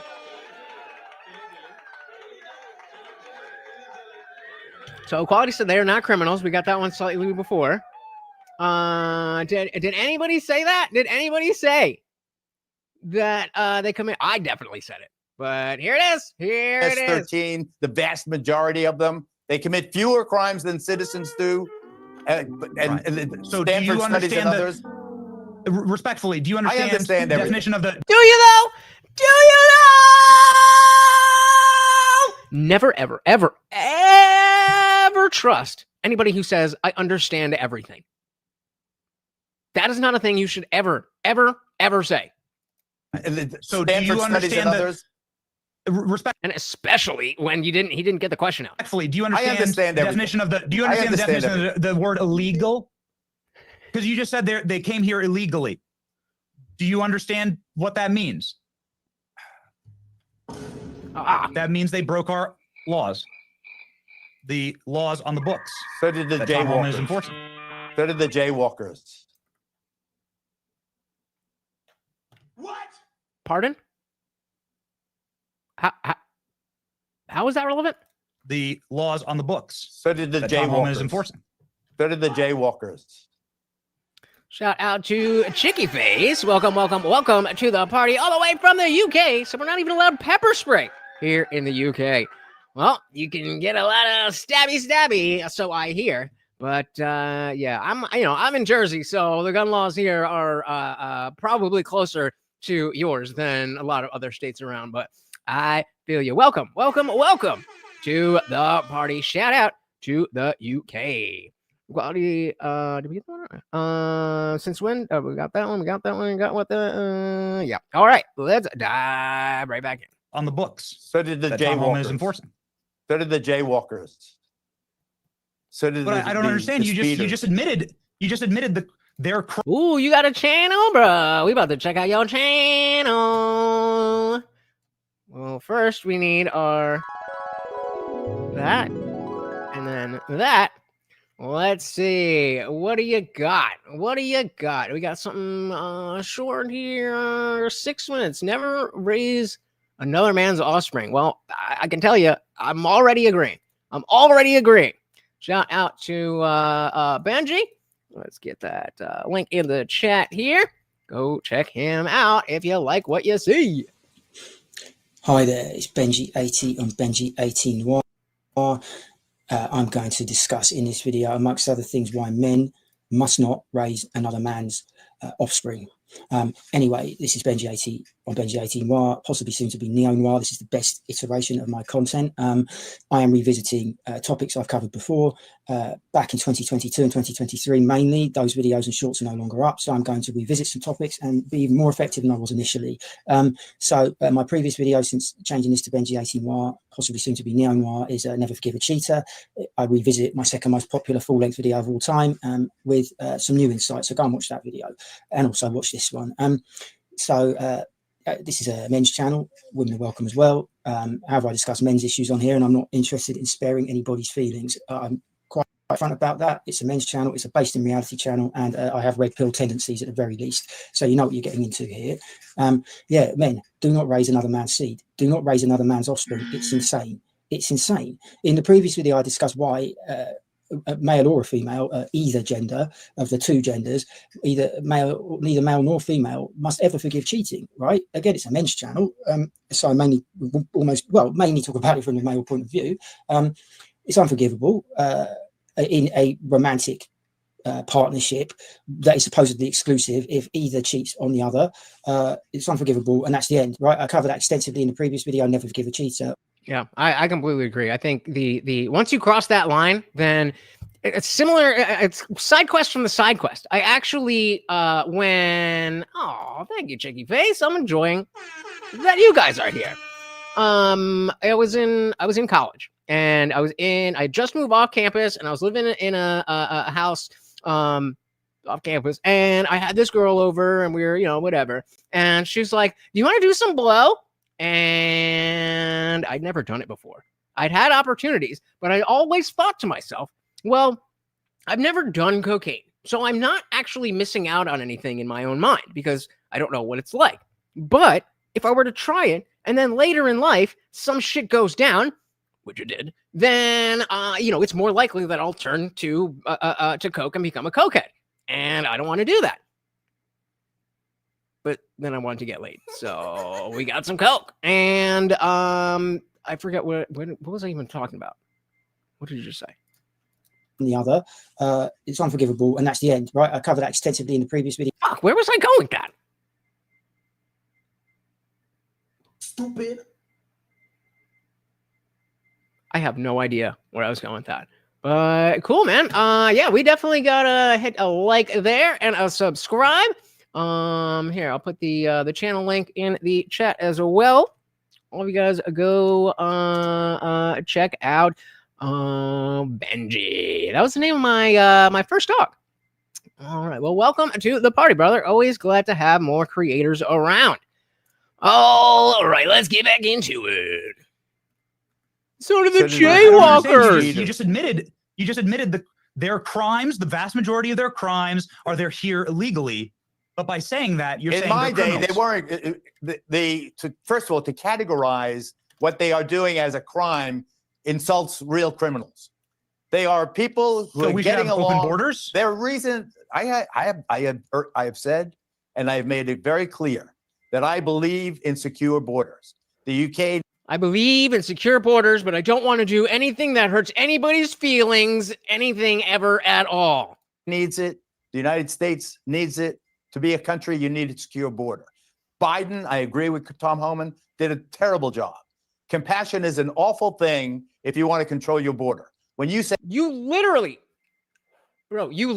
just said, can we give them some compassion? You literally just said that. Terrible job. Compassion is an awful thing if you want to control your border. Compassion is an awful thing if you want to control your border.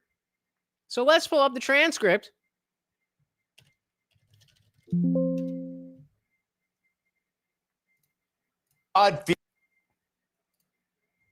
Remember what he just said. Fuck, I didn't use I didn't remember where we were. But hearing, law-abiding, family people, for God's sakes, give them some compassion. Bruh. And then, where'd it go? Compassion.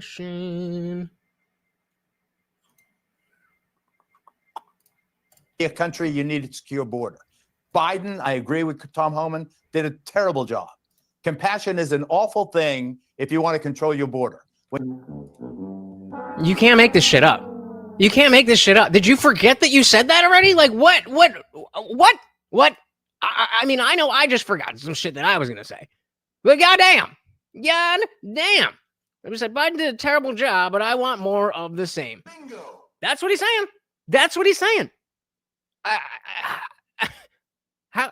How do you make any other sense of that? Caller said Geraldo and Logic are not on good terms. Not today. That's what the political dogma will do to you. Did a terrible job. Compassion is an awful thing if you want to control your border. When you say, come on, I mean, like I said before, I definitely go down and get another 8-ball if I knew there was going to be no fentanyl in it. But I don't know if you can do that anymore. Yeah, where the fuck was I going with that? Okay, this is not the same exact thing. Yes. Okay. I found it. Took me a minute, but I found it. So, Benji was saying never trust a cheater. Once a cheater, always a cheater. A thing like that. And so that made me think about the cocaine, because if I'd never done cocaine, then I'm probably, regardless of the situation in my life, I'm probably not going to turn to cocaine. But once you cross that threshold and now you're a person who has done cocaine, then it's not really a big deal to do it again. And if you're going to it as a self-medicating thing, you're gonna have a bad time. There we go. I found it. If you want to control your border. When you say, come on. Me too. I was a never Trumper. Needy migrants, you come to the promised land, they will come. Agreed, disagree. And I think that's the naivete of Harris and Biden, and that's why the regime was such a failure in this regard. Going forward, if they are going to maintain this militant status in terms of immigration, they're going to wreak havoc in neighborhoods, in cities throughout the country, on farms, on agricultural processing plants, restaurants. There's going to be, and is already, a reign of terror that Tom Homan has. You're just saying things. You're not making any actual point. I don't understand why anybody would listen to this and think that there's any substance there at all. Because there's not. Guys, we are just past the 2-hour mark. If you would like to keep the party raging, you know how to do it. It is creating. Okay, let me. I haven't jumped in because it's been such a fascinating debate so far. Benny, sometimes that's all you need. Here's where I took issue with Tom. I do think he cares passionately about this issue. I thought he articulated the reasons for that very well. He's obviously seen stuff that is horrific over many, many years. Everyone, I think, can agree. Geraldo, you, me, Tom Homan, most Americans I've talked to can agree that what's happened on the southern border is little short of miraculous.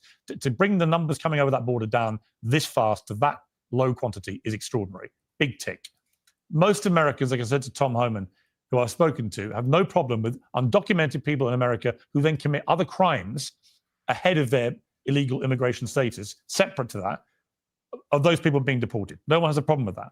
Damn, he's 82? Geraldo is 82? God damn. I mean, he looks good for 82. You got to give him that. Immigration status, separate to that, of those people being deported. No one has a problem with that.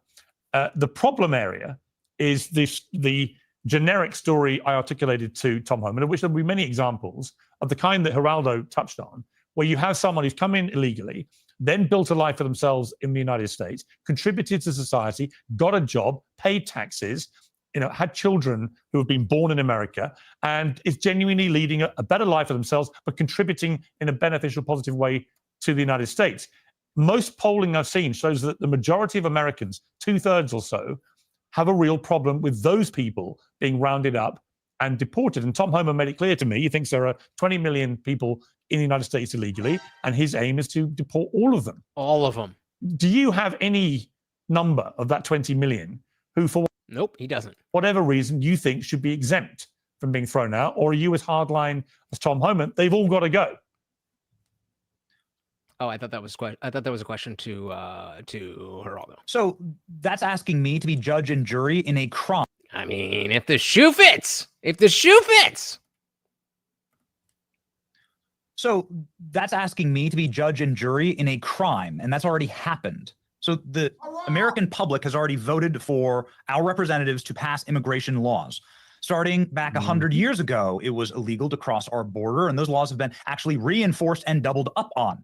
And so that's asking me to say that it's okay to break the law, and I won't do that, Piers. I'm a bit. I said shit. Me neither. When we were talking about the situation where you found out that your best friend knowingly slept with a 17-year-old who's going to turn 18 in 6 months, that do you cut that person off? How do you respond versus somebody who you don't know?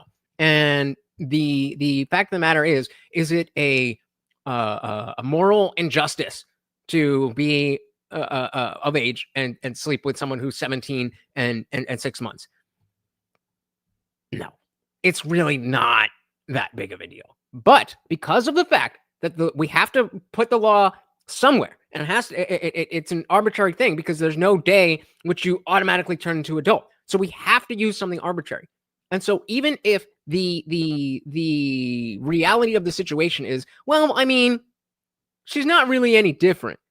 The fact is the law is there for a reason, and your willingness to break that law speaks volumes. And so that's asking me to say that it's okay to break the law, and I won't do that, Piers. I'm a business owner. So let's take an example. You say that this is a well-meaning, productive member of society who's here, who's a criminal alien, and it's just a victimless crime, right? They're here. As a business owner, if I commit tax fraud against the federal government, should I get a pass because I'm a good guy and I'm just benefiting myself? And I'm a dad. I got a family. Shouldn't I be able to commit some tax fraud because, like, I want to provide for my family? Like, aren't I doing other things? Do you see how slippery of a slope that is? Do you understand, like, that if I then... Hey, and yeah, remember, guys, the link is pinned, and Nick just dropped it. If you click before the stream is over, you have a day pass to the after party. Things. Do you see how slippery of a slope that is? Do you understand, like, that if... I don't think he does see it. I then am able to make that argument. Well, I just wonder. Hundreds of thousands of other business owners, including yourself, will be able to say, like, wait a second, it's just a process crime. I get the point. He's just, so everyone else will just Benny, do I get that. the point, but here's my response. So you can't incentivize No, I that. understand, And the American I public has already said crossing our border illegally is a felony. Evading law enforcement is a felony. Not turning yourself into the authorities. I get the argument, but let me throw one back to you. Let me throw this back at you. So I get that argument, and I do understand the deterrent part of this, and it clearly has been very successful. However, if the Trump administration, through Tom Homan and his team, if they'd focused on shutting the southern border, which they've done very successfully, and deporting people who committed other crimes, and just stuck to that, I think this would have been a universally popular policy. The unpopular element of this is that a lot of Americans, the majority, Benny, don't agree with you. They don't think that just coming in illegally in itself should be the criteria for mandatory deportation. So that is the issue then. That is the issue. To get people to understand why we are right and they are wrong. To get them to hear Tom Homan talk about what they're talking about, to hear this conversation with the two of them and Geraldo using the same old bullshit talking points, and Benny very clearly being able to shoot it down as stupid bullshit. Shout out to Dusty827. Welcome to the party. So Rivera has a blind spot when it comes to illegal aliens, even the bad ones. It's unbelievable. Yeah, I agree, but I think it goes even further beyond that because, this whole thing started with Piers and Tom Homan talking about it, and Tom Homan was really hammering home that illegal immigration is not a victimless crime. That 30% of the women who come into this country through the cartels and stuff admit to being raped. That's the ones that admit. And he was talking about a 9-year-old girl who had been raped multiple times. And then, so I think the blind spot is pretty big, but I definitely agree. Welcome to the party. In itself should be the criteria for mandatory deportation. All the polling shows that. You're in the minority with that view, as is Tom Homan. And it's that's getting the negative publicity. And I'm just curious from a political perspective why Trump didn't focus on southern border and deporting people who broke other or committed other crimes, because I think that would have been universally popular. I do agree with that. I do agree that, because that was the promise, that we're going to start with the worst of the worst and, we're going to get everybody out, but, you don't have to worry about this if you're just da-da-da-da-da-da-da. And I don't like the fact that going after lower criminals has created a dynamic where it gives liberals a reason or justification to play their emotional card. It seems like in this extra move to basically run around grabbing people who might be undocumented, whatever the way they've led their lives, and throwing those out, that has crossed the line for the majority of Americans. Right. So once again, you're asking somebody to wave a magic wand and take a criminal act and a felonious act based on the laws of our country and to say, well, we like you, so we're not going to charge. We like you. Well, there are lots of misdemeanors, as Geraldo says. There are lots of misdemeanors. Wild. Well, there are lots of things you can, lots of laws you can break in America that don't lead to anything more than a slap on the wrist and a. Yeah, that's because you're in your home country. Stupid. Where would you be deported to for jaywalking? You were just making the joke earlier about what we're sending Puerto Ricans back to America. Like, what are you talking? Well, yeah, stabby is no bueno. Lots of things you can, lots of laws you can break in America that don't lead to anything more than a slap on the wrist and a fine. For example, you could fine people. You could say, look, you're here undocumented. We're going to fine you X $1,000. But we draw the line now, and anybody who comes in now, right, that immediate deportation applies to you. But the immediate deportation rule would only apply to existing people in the country if they commit other crimes. I just think from a political point of view, that's an easier win, isn't it? Yes. From a good faith argument standpoint here, I'm going to admit to you that I'm not a lawyer, nor am I an immigration court judge. And I know that there is due process. And I know that these things are taken under consideration in that due process. And yes, I believe there should be fines. And yes, I believe there should be a legal process for reapplying. Keyword legal for citizenship to the United States of America. And these kind of things should be weighed. However, when you have a patient that has terminal cancer, you have to you have to take immediate steps in order to stop. Oh, baby, we are partying tonight. I can sleep in tomorrow all I want. I'm gonna do a bunch of editing, but I can do that whenever. So yes, the party will rage. Maybe we do a DJ night. If we want to do a music night, we could do that. But come on through. As soon as the stream is over, you head into the Let Us Speak channel. Again, if you are not a paid member of this channel, then you only have access to the free chat, but we're in there 24/7. However, if you click the link before the stream is over, you get that day pass, you get the full access, and get to be part of the after party. Letting 30 million or 20 million, whatever it is, criminal aliens cross our border. Probably closer to 50, but tens of millions of which just happened in the last 4 years, as you've both said, is absolutely abhorrent to simply a civilized and orderly society of which we all wish to live in.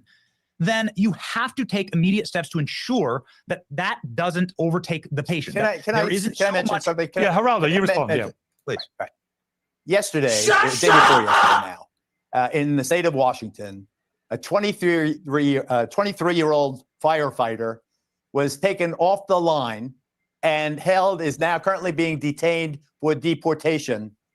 Is he here legally? His family brought him here at the age of 4. He came at the age of 4. He had nothing to say, or it wasn't his choice. His family brought him at the age of 4. Right. So that's his parents committing a crime. If you're, let's take the immigration out of it. If you give your kid a knife and say, go to the convenience store and stick them up and try to get their money. We just don't do anything about that because, well, I'm just doing what my mommy said. This doesn't make any sense. There's no principle behind what he is saying. He just wants people to be nice and stop being mean. And this is what he has to say. 84 years old? 40 years in news and politics, and this is what you have to offer? This is what you have to offer?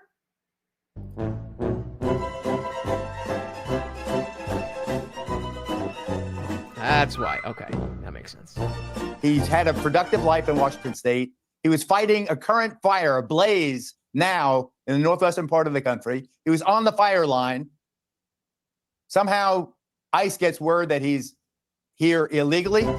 He gets taken off the fire line, detained for deportation, pending deportation. Came at the age of 4. He's 23. He was fighting a fire. I can give you example after example. Of nothing. You've given me an example of, a sad story of somebody who was brought here and is not here legally. What is your argument? There's no argument.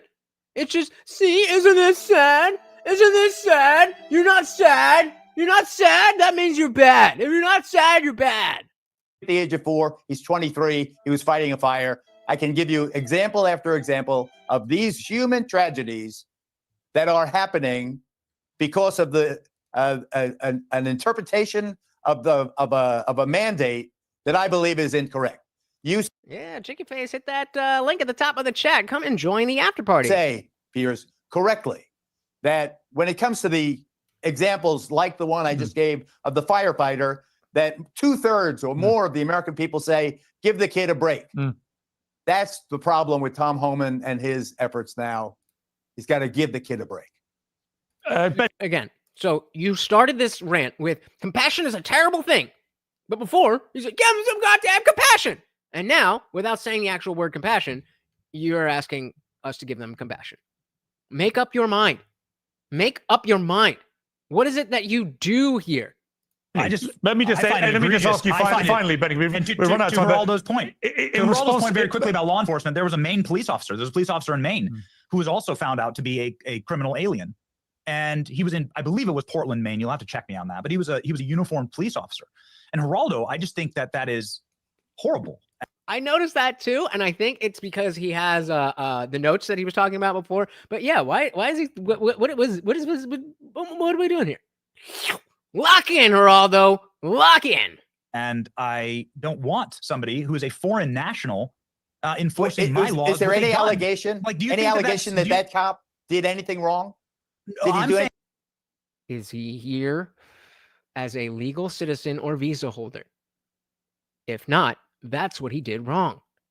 It's not. What are you asking? This is not a complicated thing. Like, I understand that you disagree, but it's not complicated. I'm saying you put that rape scenario anybody? on paper. Did he rob anybody? Did he Put that kill scenario anybody? on paper. Did he do anything other than be a policeman? Yep. Came into the country illegally. A foreign national with a... Or if we're talking about somebody who is not an illegal, then they would have been able to show paperwork that they're a citizen or have a visa. Non-issue. I don't understand what the argument is. Firearm that has the power of life or death over me, an American citizen, is immoral, actually, in this nation. I'd be more afraid of you with a firearm. Okay, there you go. So not a citizen, and then you add in the monopoly on violence given to this person by the U.S. government. Just compassion. How about compassion for the people who actually live here? How about compassion for the people that wait in line to get here? Nah. And that includes.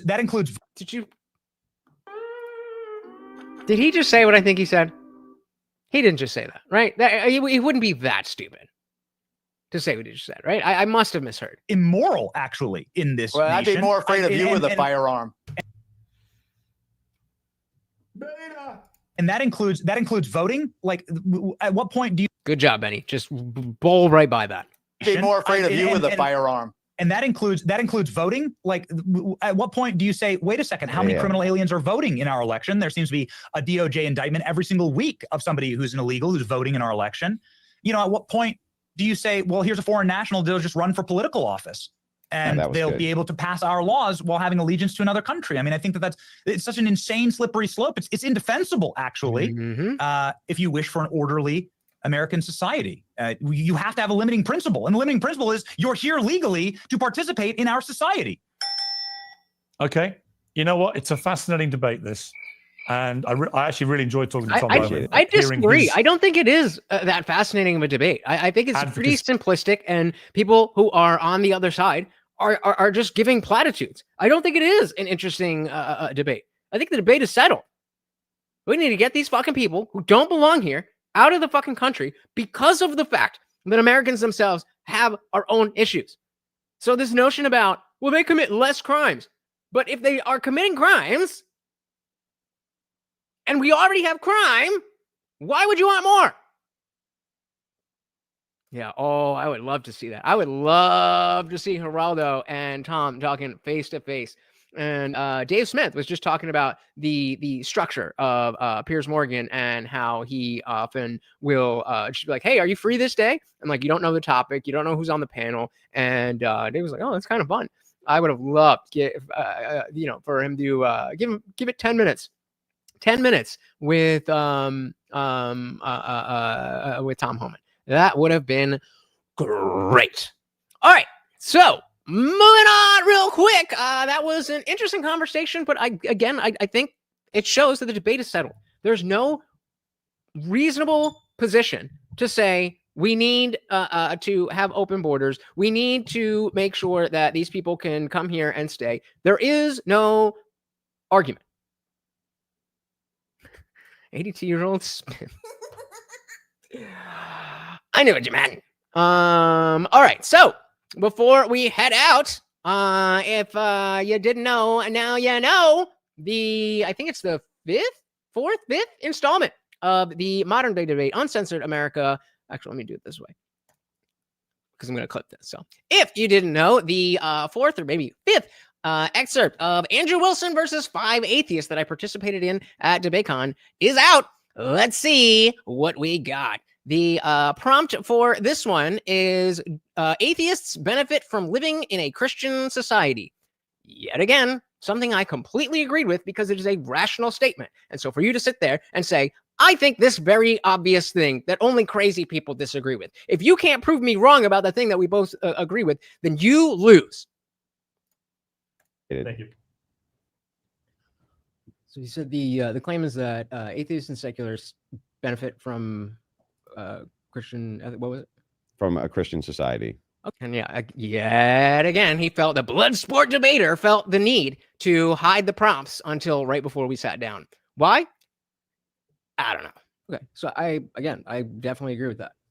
But I think where would you say that plays into the acceptance of these values in secular people by separating them from Christianity? You know what I mean? No. So the values that, like, I'm an atheist, you're was that complicated? Was that a complicated thing to say? The values of Christianity without believing in Christianity. Okay. No. So the values that, like, I'm an atheist, you're a Christian, but we agree on the values. So wouldn't it be more beneficial to discuss these things outside of the framework, and when we're talking politically, outside of the framework of Christianity, because of the fact that there are so many people who are not inside that? Not really. And I'll tell you why. I see what you're saying. Let me make sure I get it right. And you're saying, let's take the values and isolate them. So now this isn't Christian, this isn't atheist. It's a value we both just agree on. Yep. So we can come to terms that we agree on the value, right? More or less. Okay, got it. The problem is justification. So if you wanted to say to a society, hey, this reproduction problem, this is really bad. This is the first time ever that that we have major populations which are under replacement rate. Like South Korea is not even going to be there. They're at less than one child per woman.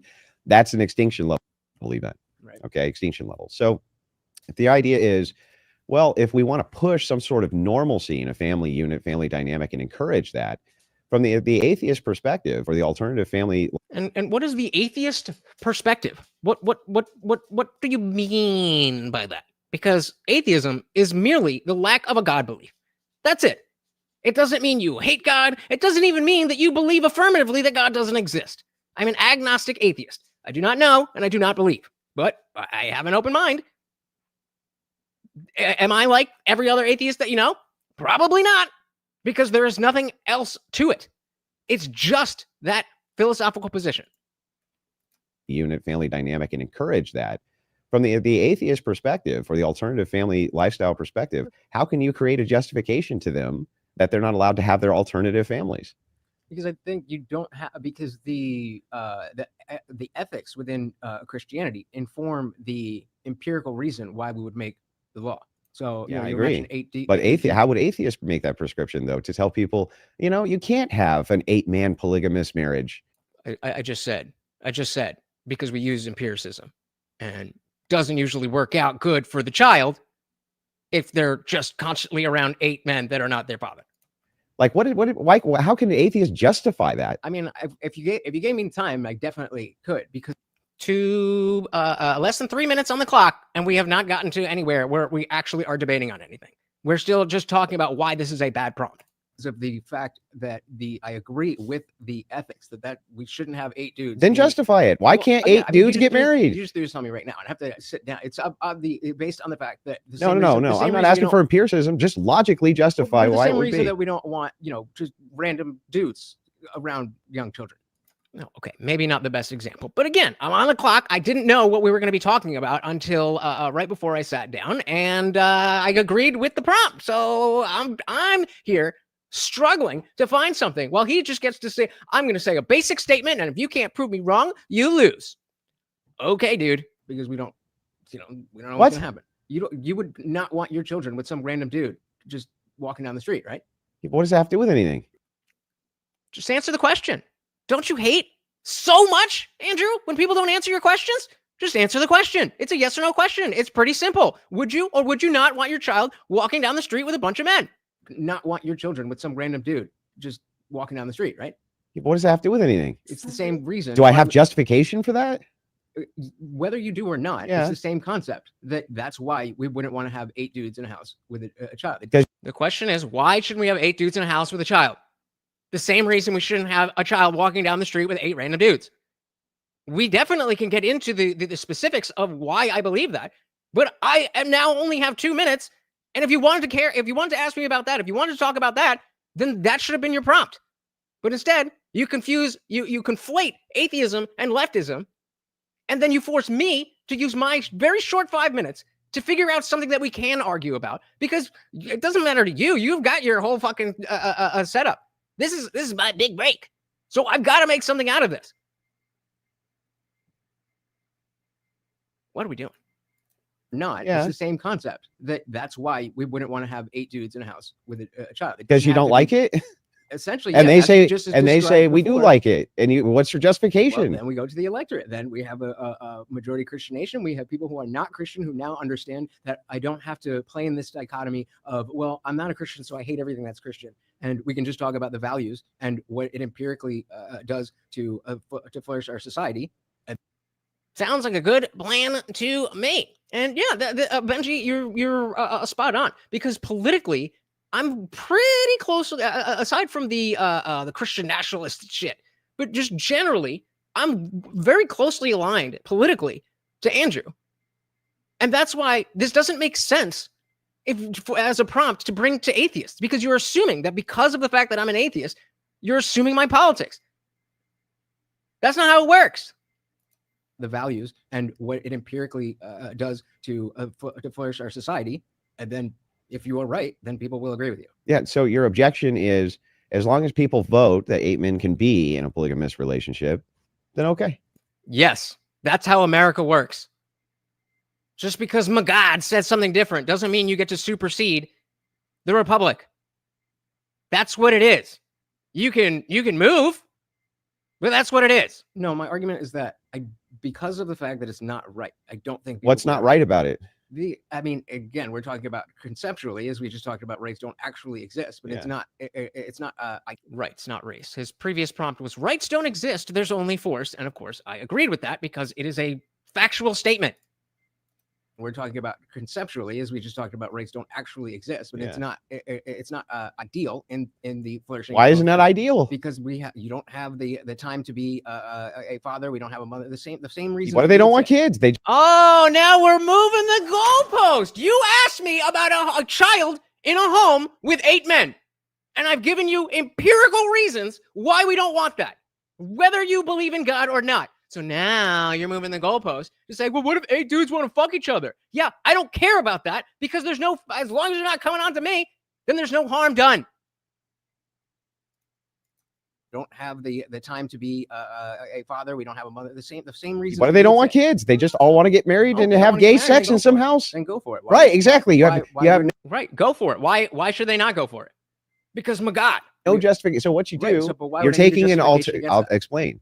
Because if you're going to say these things are perfectly acceptable, the idea of they're perfectly acceptable. I'm saying that putting words in my mouth. I said it shouldn't be illegal for 8 dudes to get married if they want to get married. If you want to be in some weird shit like that, go for it. Just don't cause any harm to people. Now, if you want to argue about the societal harm, fine, we can have that conversation. But that's not what Andrew was saying. Things are perfectly acceptable. The idea of they're perfectly acceptable. I'm saying that it's not illegal. That it should not be illegal. Words matter, Andrew. Okay, doesn't mean that so we should all celebrate. yeah, but that's a promotion of thing. I don't disagree. So now we've gone from, okay, I agree with you that there are empirical reasons why we wouldn't want 8 dudes in a house. And now we've moved to, well, if there's no law against something, that's implicitly a promotion. We've only been here for 4 minutes and 6 seconds, and you've gone 7 different topics and moved the goalpost 8 times. Okay, doesn't mean that so we should all celebrate. yeah, but that's a promotion of thing. I don't disagree. So if it is the case, hang on, if that is the case, then we're talking about promoting non-alternative lifestyles, right? I agree, And the very 30 seconds. So let me just okay, go ahead. The point that I'm making is that we don't have to, outside of a Christian framework, we can shame things. We can say that things are bad and taboo without having to legislate them based on because Christianity says, because my God, we don't have to do that. We have. I said we do my preferences. That's the same thing, buddy. Until you prove the existence of God, my preferences, your preferences is what God says. That's just what you feel like. So we're both playing the my preferences game. You're the one that's acting like you have an objective standard. Sorry, wrong. Because Christianity says, because my God, we don't have to do that. We have. I said we do my preferences. Well, exactly. We already had this discussion. Instead right? of my God, it's my preferences. So we have to. Preferences exist. Does God? Maybe. I don't know. But preferences definitely exist. Find those things that actually people agree on because of the fact that they work. Not just that people agree on them, not just that they work. The people agree on the things that work. And because of the fact that not everybody's Christian, it is better. Whereas, wouldn't you rather non-Christians act more like Christians, even though they're not Christians? That's my bottom line right there. Would you not prefer that non-Christians act more like Christians, even if they're not Christians? Not everybody's Christian. It is better. Whereas, wouldn't you rather non-Christians act more like Christians, even though they're not Christians? They can't, but you can't create the justification absent the Christianity. That wasn't the question, Andrew. Rather, they would act that. Of course, sure. But of course. Of course. So you put out a prompt that I agreed with, and I put out a prompt that you agreed with. What does that have to do with anything? Oh, honey. Oh, what does it have to do with it? That's the whole point. The whole point is by gatekeeping morality, you are making America worse. That's the point, Andrew. I guarantee you, because we know Jake Rattlesnake is probably recording his reaction to this right now. And was it the last time or the time before that? He just conveniently skipped my segment because ain't nothing to say about it. So, I mean, there's more coming out, and let me know what you think. If you're gonna suck off Andrew, do it in the comments. Once again, I am Lutch, aka the Indian Jesus, here to resurrect the second coming of common sense. Until next time, guys, I am out of here. Peace. No, I'm not done. That was just for the clip. All right, what are you guys saying here? Calm down, ladies. Nick said, I don't see constitutional rights as given by God, but given in spite of God.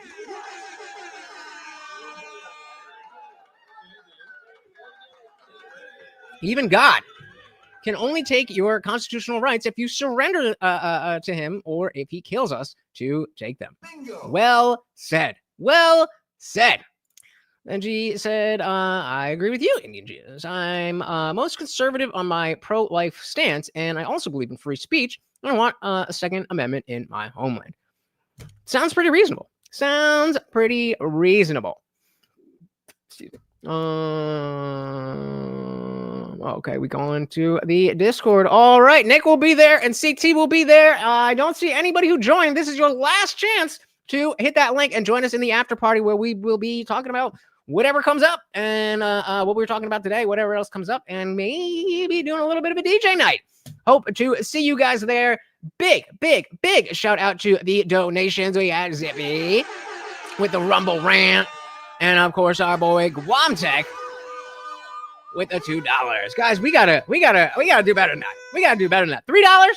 I appreciate you guys, but we need to get some push-ups and we need to get Morty some peanut butter. So, you know, I had a week off when I had the strike.